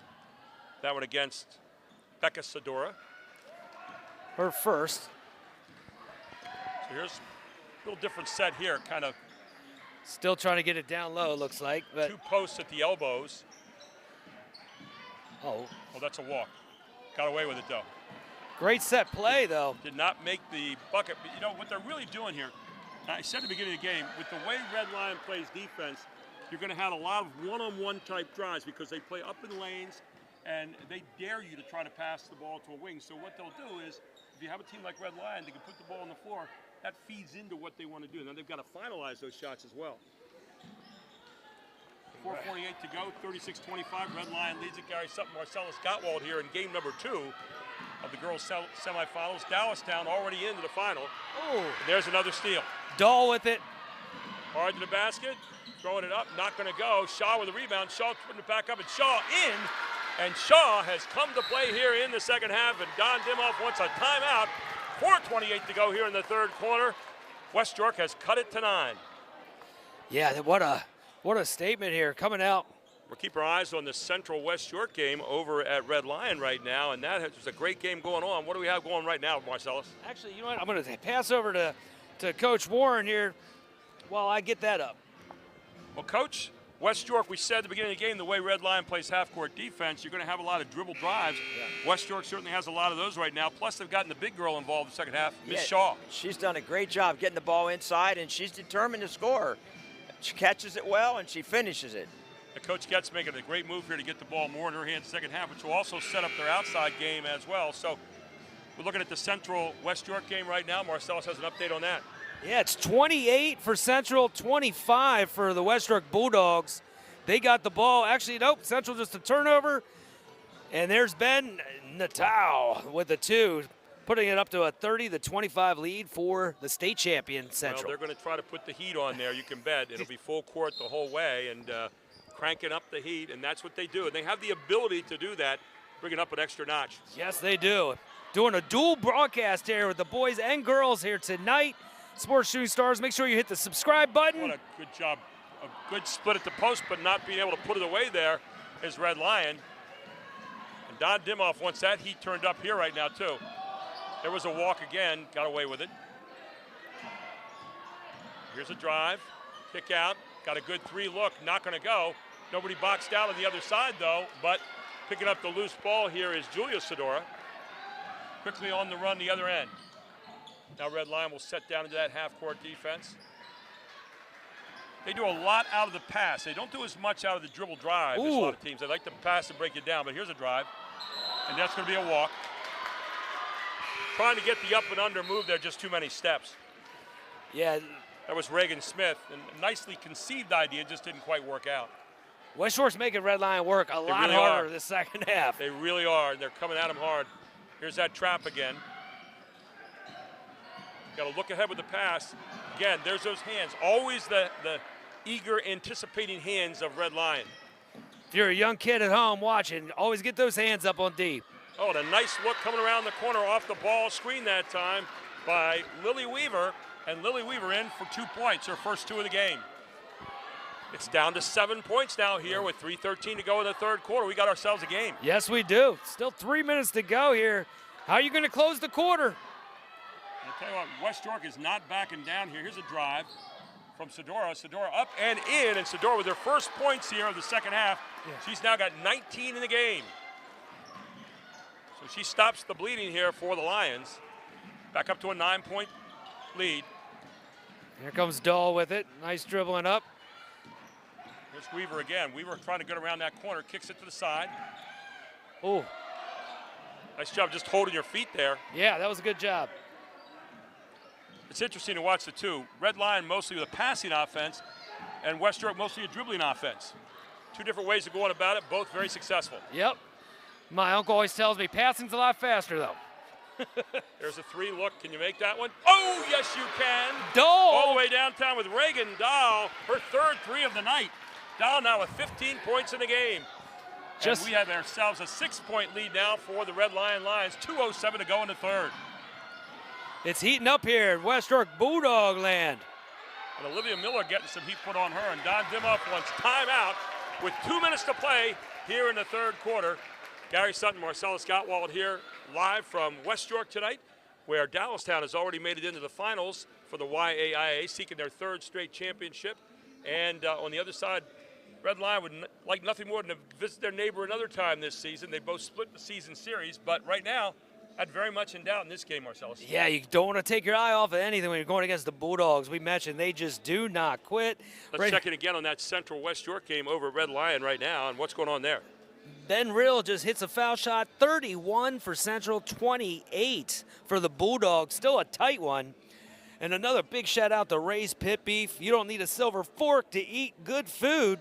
Check out Adam Boblitz and Ray's Pit Beef Facebook. Check them out. Man, what an electric night, though. The music's kicking, the crowd's nice. And, you know, with Red Lion having, well, a couple of these teams, as you mentioned, having 2 games at once, good crowd came out here tonight. Yeah, you get a split audience here because you'd like to have both teams in the same place, but that's not the way it is played this season. Of course, the snow in the back of a lot of people's minds and what's going to happen late tomorrow night into Wednesday, so we're looking at all that. But 2 minutes to go here in the third quarter. Don Dimoff calling that timeout. 2 great jobs tonight. Julia Sador with 19 in this game, and on the other side, you've got Regan Dahl, who's got 15, 3 of those via the tray. Oh, Look at the pressure on by West York here. That Bulldog defense is really getting tough. Well, when you think about Red Lion, they're always known for that physical, hard, man-to-man defense. Tell you what, the Bulldogs putting their teeth in tonight and playing it pretty hard themselves, so they're showing you what they're made of as well. Yeah, for sure. 1:52 now to go here in the third quarter. Red Lion gets it in. There's Becca Sadora looking to. Reagan Again, Smith. you could. I know they're going to get a walk there. I think they're going to call a foul, and the foul against West York. And that'll be marked up on number 32. That's Maya Shaw. So Shaw with her second foul of the night. Red Lion will inbound it here. Just the team's third. Out it comes to Becca Sadora. Gets it back out to Julia. And another foul as she got handcuffed by Weaver. So Weaver picks up her third, is it her second or third foul of the night now? We'll see. Her second foul of the evening. 1:40 to go now here in the third quarter. Both teams are really getting intense on D, so the refs here want to make sure they. Coach Getz really coaching his defense there on the side. Been a long possession here by Red Lion. Oh, good Sadora pass. Off to her sister, up and not going to go, and not her sister rather, but it's going to be number 23 there, Reagan Smith. So Reagan Smith will go to the line, but a good job there off the pick and roll, and then passing it opposite for the roller to the basket. Yeah, I love watching how their offense unfolds on both sides. There's a lot of good stuff there. Maya Shaw picks up her third foul as it's up and down from Reagan Smith. Coach Getz said, hey, let's get Maya on the bench here real quick. Don't want her picking up her fourth going into the fourth. Reagan Smith with her foul there. And, of course, second shot up, no good here off Reagan Smith's hands. So she has 4 points here in the game. Back up to a seven-point lead it goes. And there's a foul called here against the Lions. That foul goes up against number 23, the aforesaid Reagan Smith. She now has 2 in her pocket for the moment. Not the ones you want to have in your pocket. No, fouls are starting to add up here going into the minute left here in the third. There's West York in the basketball, looking to find a way to penetrate. And find it right there. Up, you're going to get called for the foul right here on a hack. As Brooke Knowles, going hard to the basket, will draw the foul. So it's got a little chippy here for the moment. As a foul marked up against Becca Sadora. That'll be foul number 2 against her. 1:04 to go in the third quarter, 7-point lead. Up and down it goes from Knowles. So far, the Bulldogs have owned this quarter. Just a Brooke Knowles with 6 points now in the game, and she makes both of them right here. And they've chipped it back to 5 points. Remember, they were down at the half by 15. Under a minute to play here. Red Lion with the basketball. the freshman. Hard drive to basket, not going to go. Kept alive by Red Lion, missing again. Still alive and going off Red Lion. It'll go over to West York. The Bulldogs have it with 47.5 seconds to go. Coach Dimoff was looking for a foul there, but He's working the refs pretty hard right now. Here they come back now in that trapping press. West York has handled it pretty well here tonight. I think they only have like 5 turnovers so far, and that's been the key to the game. You haven't succumbed to that. And there again, drawing the foul, driving hard to the basket for West York. West York is fearless when it comes to going against that defense. And again, you attack it for buckets, and that's the way you beat it, as Cam Forsyth is headed to the line right now. Forsyth on the season, a 71% free throw shooter, and up and in. inching closer by the second here. Forsyth now with 3 points in the game, looking for number 4 and trying to draw her team within a bucket. A 3-point bucket, but a bucket nevertheless. Forsyth's second shot is up. That's going to be in. as it drips over the top, and here's Red Lion with the ball. 36.7 seconds to go and a 3-point lead. Ooh. 12 points Wow. ahead this quarter are the Bulldogs. They have played their hearts out here in attacking Red Lion. I feel bad for anyone that left the building when it was a 15-point lead. And don't leave now. You've got a lot of basketball yet to be played in this one. Red Lion goes into their motion game. They're going to work this down to about probably 11 or 10 seconds, or the first good shot they see. What you want to do here, ideally, is get the shot up with about 2 seconds to go and be at the front of the iron if you can. With this one right here, Julia Sidora. Coach Dimoff likes threes here, though. Step back. Oh, He was no. looking for it, didn't get it. Got to get the Defense shot by- up. Defense by West York, and what a defensive possession there for the Bulldogs as we head to the fourth, and we got a brand new basketball game, 39-36. Red Lion leads by 3. We're going to get Warren Goodlin over here for a little guest commentary. Coach, 39-36, and Red Lion held to 5 points that quarter. On the other side, 17 for West York. What happened, Coach? Well, we were talking too much about their offense, and maybe they heard it. Yeah. But well, you got to give credit to West York. That is all effort by West York on defense, and they are determined to take the ball to the basket on offense too. So We're talking, we got Red Lion, who primarily is a passing offense in the half court, and then you got West York, primarily a driving offense. And I'll tell you what, they are fearless. I mean, they go to the basket every time, and if they're not getting the bucket, they're getting fouled. No, they're doing a great job. Their floor spread. They have enough three-point shooters that you can't leave certain girls open, so that enables gaps in your defense, and they're attacking the basket. You're thinking about the start to the game that Julia Sidora had, and really that technical foul kind of turned her a little bit. She's only got 19 right now, so it really kind of took her out of the game a little bit, and if she can get herself inserted back into the game and get some more touches, they're going to be better off. Well, it took her out of the game the first couple of minutes. She didn't play the first couple of minutes of the third quarter, and I was wondering what he was going to do. If he's going to get her in there, he's going to wait. But he waited, and you saw West York made a run. And the rhythm has been disrupted. We'll see if they can get it back here in the final quarter. Gary Sutton, Marcellus Gottwald, right here tonight on Shooting Stars. Yeah, here we go. Sports Shooting Stars, I have to say, right? I have to get used to saying that, Marcellus. I'm a rookie tonight. Hey, man, we're glad to have you. It's been a long time since I've been a rookie, but here you go. Got to start somewhere, man. But you've been around. Not your first rodeo, so good to be in the booth with you. Here they go. They're going in motion right now. West York really has played themselves a whale of a game. Look at this. They're going a little bit of a passing game themselves, but they're always hunting for that drive. Look, here it is. Always hunting for that drive. Good block there by Sidora going down the lane. Well, you mentioned it, Coach. They always got their hands up on defense, and big block there.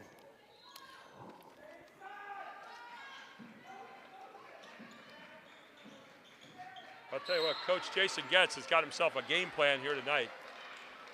Coach Dimoff just has not had some of the shots fall for his kids this evening. He's got a lot of good shots, but their defense has not yielded up the kinds of turnovers that he's used to seeing. Yep. Of course, they're number 1 in the district going in, so they'll be playing a lot of home games once they start the district tournament.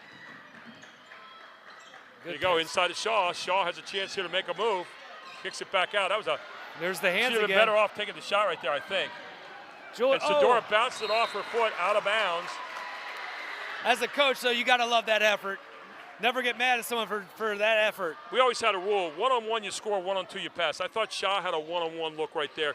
If you get the ball inside to your big like that, you don't want to be kicking it back out unless it's 2 on them. I agree. West York's got to pass ahead here. They got to see it.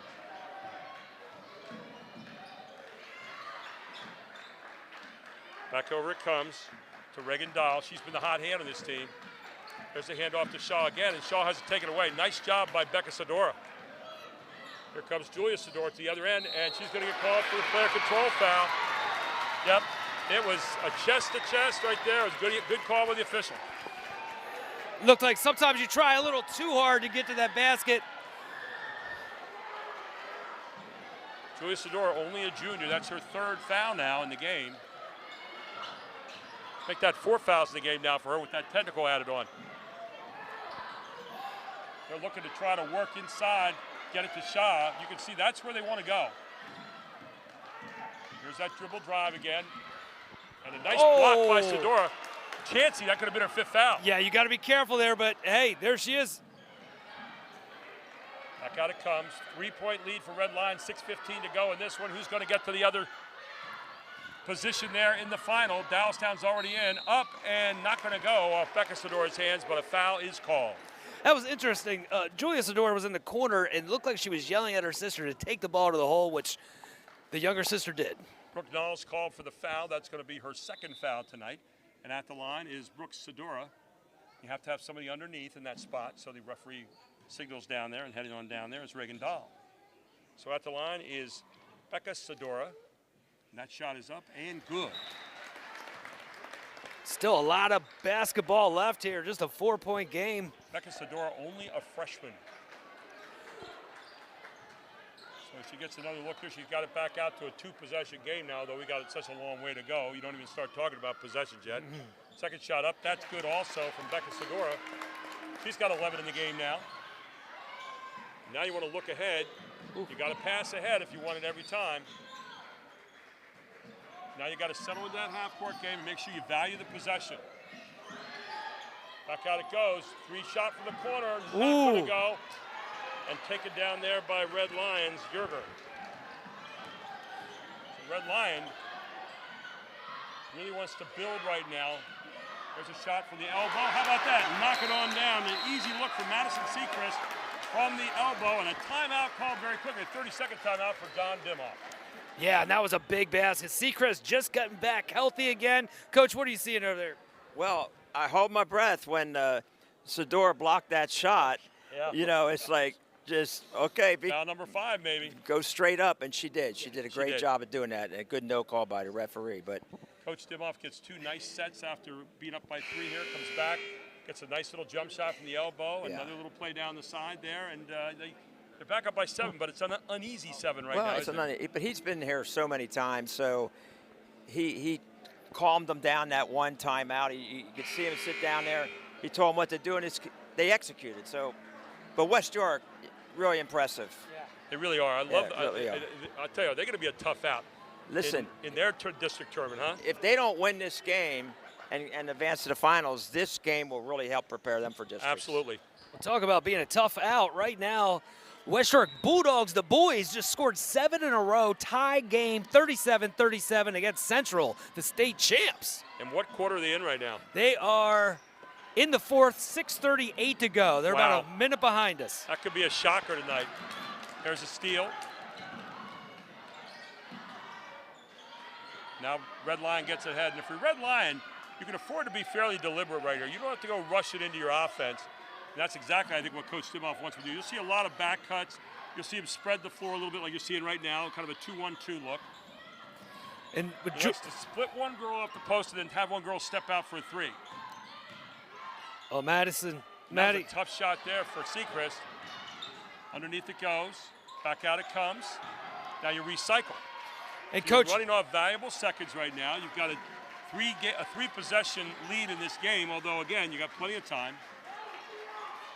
And there again, second straight time for the elbow from Seacrest. 2 big buckets back-to-back. Has it back up to a 9-point lead now for Don Dimoff's Red Lion Lions.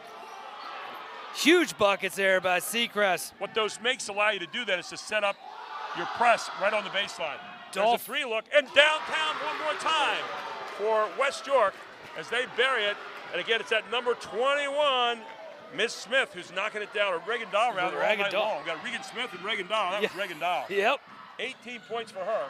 Seacrest thought about that one, but thought, hey, let's take some time off the clock here. Her spot is the elbow, obviously. She hit it from the right elbow and left elbow the last 2 times down. So back to a 6-point lead. Under 4 minutes to play. Great backdoor, and Becca Sidora in for 2. She's got 13. What a well-conceived play that was. Yeah, you can't do that without that dime from the senior, Arlie Yerger. There it is. That defense again, getting another set of hands on the ball, and now Red Lion with an 8-point lead. You can afford to milk that clock a little bit. You don't need any tough shots right here. How about that? Another good pass inside, another layup down the lane, and Red Lion with some good fundamental basketball right here. The bucket good off the hands of Regan Smith. Just good fundamental passing, good fundamental basketball, and they're back up to a 10-point lead. Warren? No, Red Line got tested.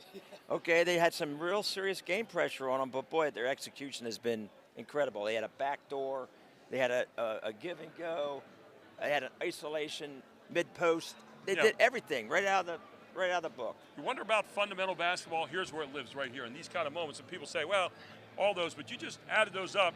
4 great moves right there, and you're back up to a 10-point lead all of a sudden after you get pressed, 39-36. Well, what's impressive is that they were the favorite coming into the game, right? And they got game pressure, and they sort of responded to it. They also got their hands on a lot of balls here in the last couple of minutes, and that's what they do. They tip it, they take you out of rhythm, they make you throw tough passes. They're slower passes because they're up in the air for a longer period of time, so your defense can react well. Yep, got a lot of deflections. And you get a deflection, it usually results in a steal. And that's where it shows up.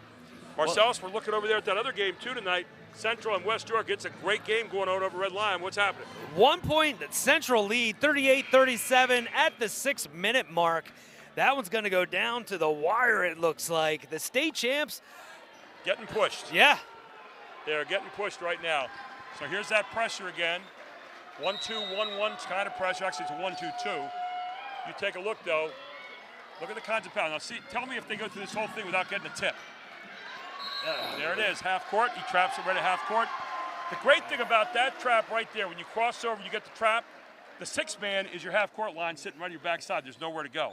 So you wait till you cross, and that's where you make the trap, and that's a really smart play on the part of Coach Tim He makes Coach Getz burn a timeout. Yeah, and that could come back to haunt him. I'm still a 10-point game, but still plenty of time left. I had a coach tell me the other day, hey, if you have a minute left, if you're down by 10, you still have a chance. So we've got a couple minutes left here, plenty of time. But Coach Getz and crew got to get some offense in a hurry. Well, I've been really impressed with Reagan Smith tonight. 18 points this game, 3 threes. She's been dynamite. On the other side, I've really been impressed by the younger Sidora here in the second half, who's kind of taken the team on her back a little bit and done a great job. But also Madison Forsythe with a couple of real timely buckets back-to-back when they needed her. She hadn't shot it a whole lot all night long. She got 4 points there off either elbow and really was a difference maker here in jetting them back out to 10 points. Gary Sutton, Marcellus Gottwalt with you here at West York High School. Dallastown has already punched their ticket into their 3rd straight league championship game. Who's it going to be here? Right now it looks like Red Lion, but we got a ways to go yet. 3:25 to go in this one. West York Bulldogs with the basketball. Let's see if there's a design set for a 3-point play here. See if they run a doll right there. You really just want a quality possession right now, whether it's a deuce or a 3. You need to have a quality possession. And Red Lion playing some serious defense. Here's for a 3, knocks it down. Beautiful job, and it's Lily Weaver knocking down a big 3 here for West York to cut it back to 7. Big time bucket there. So if you're Red Lion now, do you recycle a little bit? Do you just run your motion, back door, try to keep it alive? You got a 3-possession lead with 2:52 to play, and I think that's exactly what Coach Don Dimoff wants. He will take a layup, and that's it right now. You're not going to see any outside shot here in this. Yeah. Every second he uses, the second they don't have the ball. And West York is putting their defense out a little further each time. Look at the motion right now from Red Lion. Red Lion, I guarantee you, does this every single practice. They work on this like. The rule right here is 1-2, you go back door, and then go to the basket. And a good drive to the basket that time by number 24. Again, that's Harley Yerger, who's going to head to the line. The senior comes up a little bit limping there, but she'll shoot 2. But that motion offense, the rule is you come up, 1-2, you back door. 1-2, you back door as Yerger knocks down her point here. And Yerger now with 4 points in the game. This would put it on 3 long possessions. I call long possession of 3. So you have 3 long possessions, make that, and that's exactly where it is. They're up by 9 with 2:25 to go. West York with the basketball, and the pressure stays on from Red Lion. Here comes Cam looking for the 3. Got that 3 look again, not going to go off the front of the iron and pulled down by Red Lion. And now you truly can start playing the clock a little bit. You're up by 3 long possessions with 2 minutes to play, and you got to make West York come out and foul you. If you're West York, you gotta get a steal or get a foul here relatively quick. Pass and cut. There it is.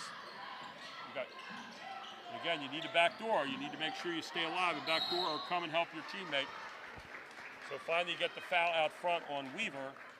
That's only the 3rd team foul now against West York, so they have to commit 2 more to get Red Lion to the line. And on the other side, on the boys' side, There's Central. Step back, Lily Weaver. Oh, sorry. Step back to Becca Sidora. And right now, you're done playing right now against West York. You really are. And that's all you want to do is you want to get fouled. That's the fourth. The next one, they'll go to the line. Quick score update here. Central York boys 41, West York Bulldogs 37. So a 4-point game, 5 minutes to go over there. Still a lot of time in that one. So here's the step back. So Regan Smith, your coach Jim off saying get it out, keep it out front. You don't want any penetrating passes here. You don't want anything. There's what you wanted. You know, it's one of the things right there. That's an obvious foul there. They're not going to call it that. But as a coach, one of the things we used to do is to teach our kids how to foul. Right. You know, so you foul, you want to be going for a strip, so you want to get a cheap one if you can. But those fouls right there, I really think they ought to be called intentional fouls because they are. Yeah. Everybody in the place can see it. Yeah. When you just grab somebody, yeah, exactly. If Grandma Sutton can tell me that's a foul, it's a foul. It's a foul, yeah. But that's not the way the game is right now, so past my medieval time. Anyway, shot up, that's not going to go. And a rebound right back out, and that is exactly what Coach Dimoff wanted. Now, you got a 10-point lead. You got a 4-possession lead in this game. And that was Seacrest again with a huge rebound. And there's another bump by Shaw up front, and that'll be it, I think, for Shaw. That'll be her 5th foul. And she will have to come out of the game, and in for her will be Cora Rogers, her first time tonight. So Shaw played herself a fine game tonight. She really did. Well, as Coach Goodling said, they have nothing to put their head down about. I mean, still a minute 18 to go, but this was a fantastic battle. West York just never gave up, still not giving up. Nope, shot up, and that one's not good. The next one coming right now off the hands of Regan Smith. And Smith's second shot is up. That's not going to go either. Another offensive rebound, though. Seacrest again. And back out it comes, and another foul. So an expensive trip down here for West York. I mentioned it earlier how Seacrest was out, missed the last maybe 5 or 6 games. Getting her back right now in playoff time is so huge. You've seen it now 2 times in a row, Coach. Missed free throws. Seacrest gets the rebound, gives them Smith back in there. She's not going to miss this time. Missed 2 last time. And our update from Central? Yeah, 46 Central, 45 West York Bulldogs. It's a 1-point game, 3:10 to go. Second shot up, and that one's going to rattle out.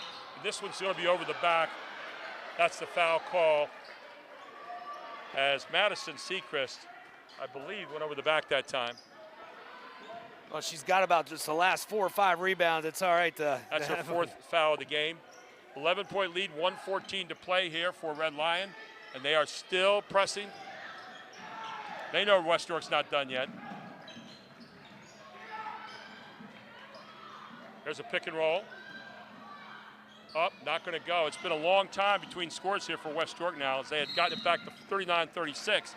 It's been a 14-6 run since then by Red Lion to pull this one out to 11-point lead. Yeah, it was a little bit of back and forth. That third quarter was all West York, but as you mentioned, the Red Lion Lady Lions really coming back. That Central game again with West York tonight. So 1-point Central lead. Ben Riddle at the line, 3:03 to go.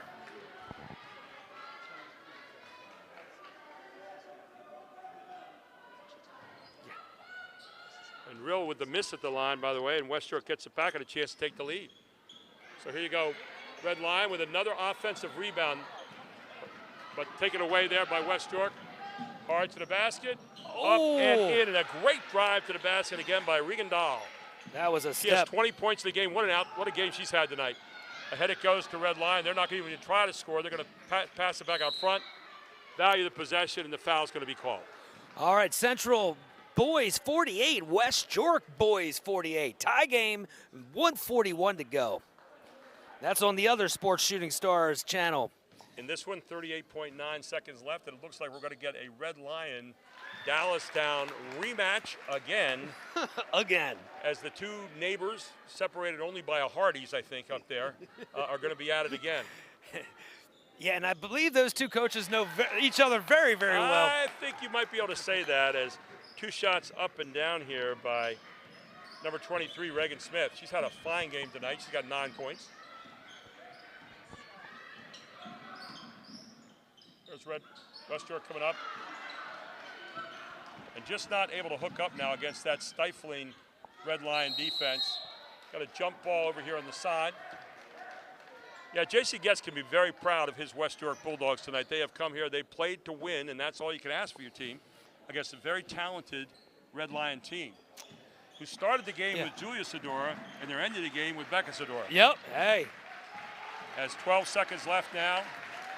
Yeah, and I'm going to pass the mic over here to Warren Goodling as I go down and try to get a couple of these Lady Lions to come up with me. But we're under a minute on the boys' side. Tie game, 48-48. Guys, you can keep an eye on this, too. Keep an eye on that game. We'll try to do that. 55-44, so it's going to be Dallastown and Red Lion in the final, and probably the way it should be. The two best teams, number 1 and 2 in the district. Red Lion's 1 and 2 in District 3, 6A. Dallastown's number 2. Red Lion now 22-1. Dallastown 22-2. So, I mean, two great teams. Your thoughts about these two games tonight, Warren? Well, I thought all 4 teams played really well tonight. I mean, it was just like, okay, when you have a semifinals of your league, you hope that you know, your 4 best teams are there, or the 4 most deserving teams, and I think that's what happened tonight. And both the teams that won, they had to fight hard to win the game. Yeah, you look at the two teams tonight, and you know, I think Red Lion showed. You talked about that cumulative pressure down the stretch. Yeah. That's what won it for them, and then just taking care of their opportunities. Whereas I don't think West York was able to cash in on some of those opportunities at the end because of that Red Lion defense, and I think it wore West York down a little bit late in the game.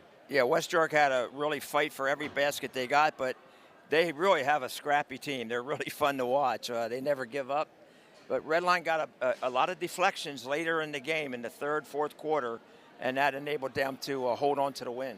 Looking over to that Central game right now, Ryan Brown at the line just missed the first of a free throw, 2 free throws, and he just missed both of them again, which he hardly ever does, but Central got the offensive rebound. It's 48-48 over there right now, and they're getting taken to the wire tonight. West York, Garrett Bull's team, we talked about him. You talk about one of the best guys in the league coaching half-court offense, and Garrett Bull might be among the very best. Yeah, he knows what he's doing. He has his program now. His players in his program know exactly what he wants, and when they go do it, it's a thing of beauty.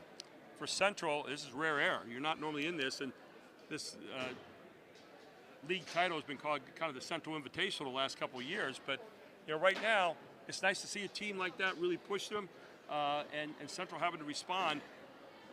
Somehow, West York tonight, we didn't get to see the whole game, obviously, managed to get this into a game where they had a chance to win in the 40s and 50s. Central plays you in the 70s, 80s, you're not going to beat them. Well, number 1 against Central, don't turn the ball over. Right. Okay, and number 2, make them play offense against your 5-man defense. Okay, if you can do that and you can make a couple baskets, you have a chance. But if you turn the ball over and they have space on their offense and they can get one-on-one situations, that's a hard deal. I think for the them. other part of that maybe is a triumvirate of all that is you get to half court, value your possession.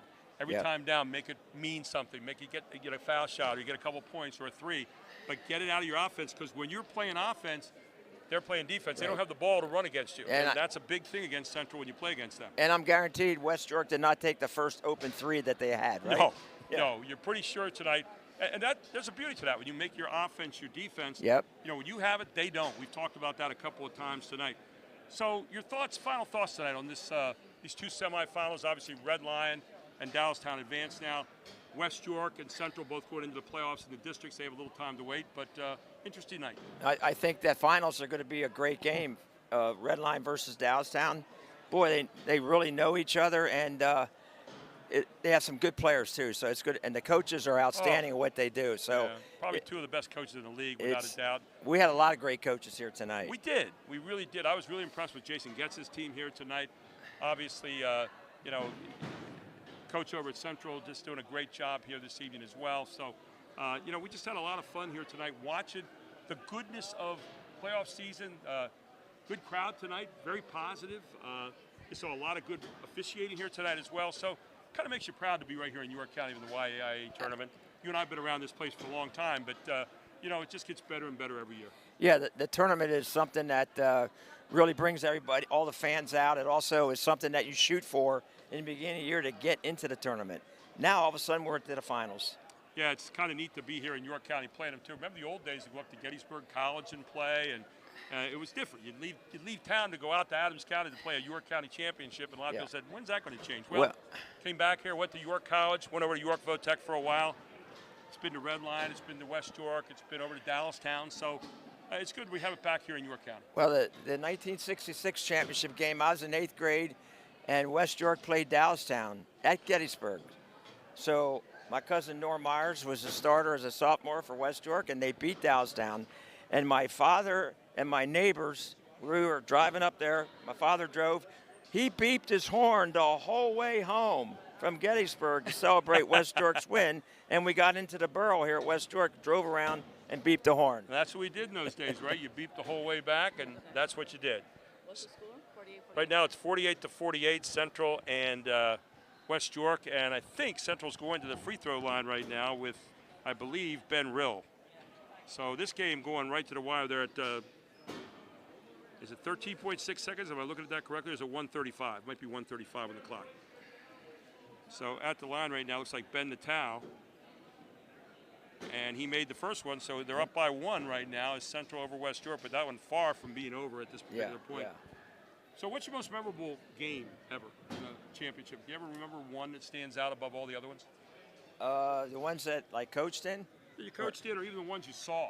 Well, they were they So just many. all run together, but coaching might have been the first LL League title when we beat the defending champs, Conestoga Valley. Yeah. They had 4 starters back, and my guys just played incredible. Yeah, So- it's always fun to have those moments and think back. And those championship moments, you know, I know when we won a state championship, the first thing I thought about after we won it was we were at the old Hershey Arena in '87, and first thing I thought about, I said, man, this is really a cool feeling. I wish every coach would have this feeling someday, because so many coaches are out there working all year long, and the players are working all year long, and, you know, for all the coaches and players, there's nothing like a championship. I don't care if you win a rink championship, a county championship, a district, a state, it's still that special feeling you have for that moment.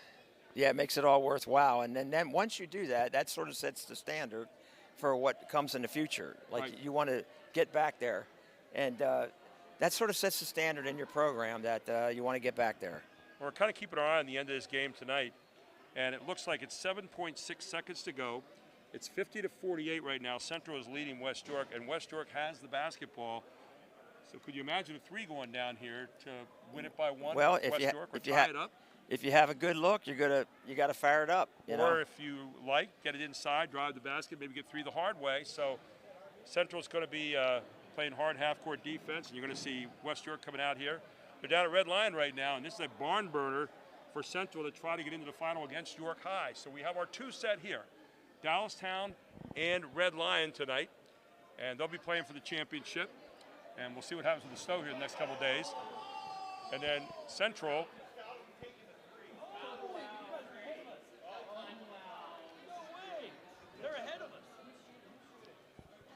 So we're watching here in the final play.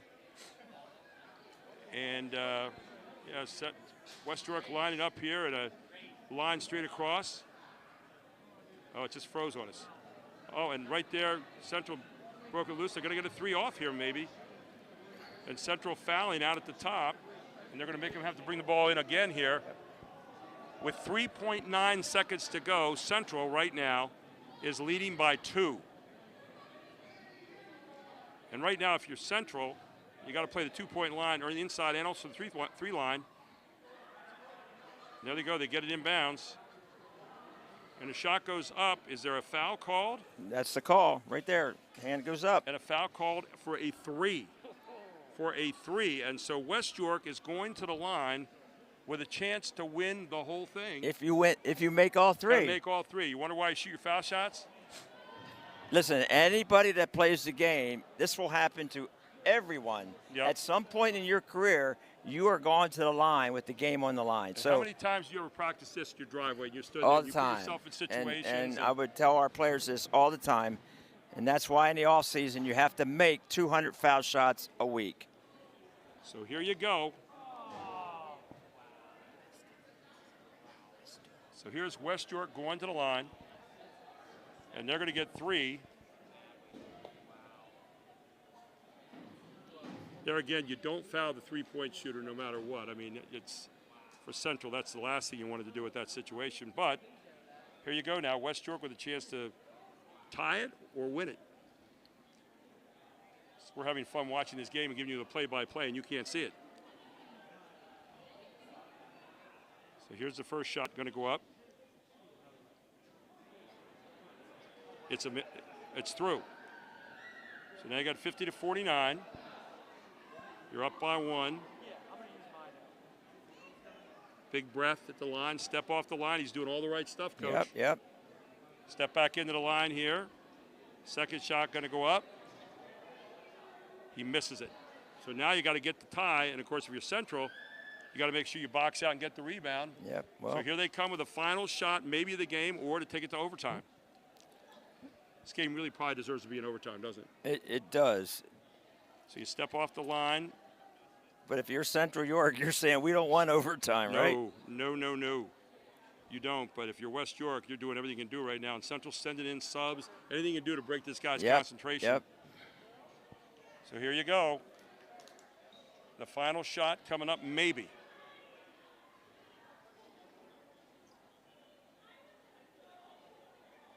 So here he is, toes the line and throws it off. Don't quite understand why he did that. Well, maybe he actually missed the first one. Did he miss the first one? He did miss the first one. I'm sorry. We thought it went through. It did miss it. We were looking at it here. And that is it, 50 to 48. Central survives and gets to the final against York High. Whew. In the closest game they've had all year long. So, Marcellus, it's been great tonight being with you, my friend. Yeah, thank you so First much. time we've ever worked together, Yeah. and it's been work, but it's been fun. This guy here, Warren Goodling, Gary Sutton for the whole Sports Shooting Stars team. We got more games to bring you this week, but this is a wrap here. Make sure you go to our Facebook page. We have some interviews with some of the with the Red Lion, Lady Lions players of the game, and it's been an honor. We'll check you next time. Sports Shooting Stars, we bring the game to you.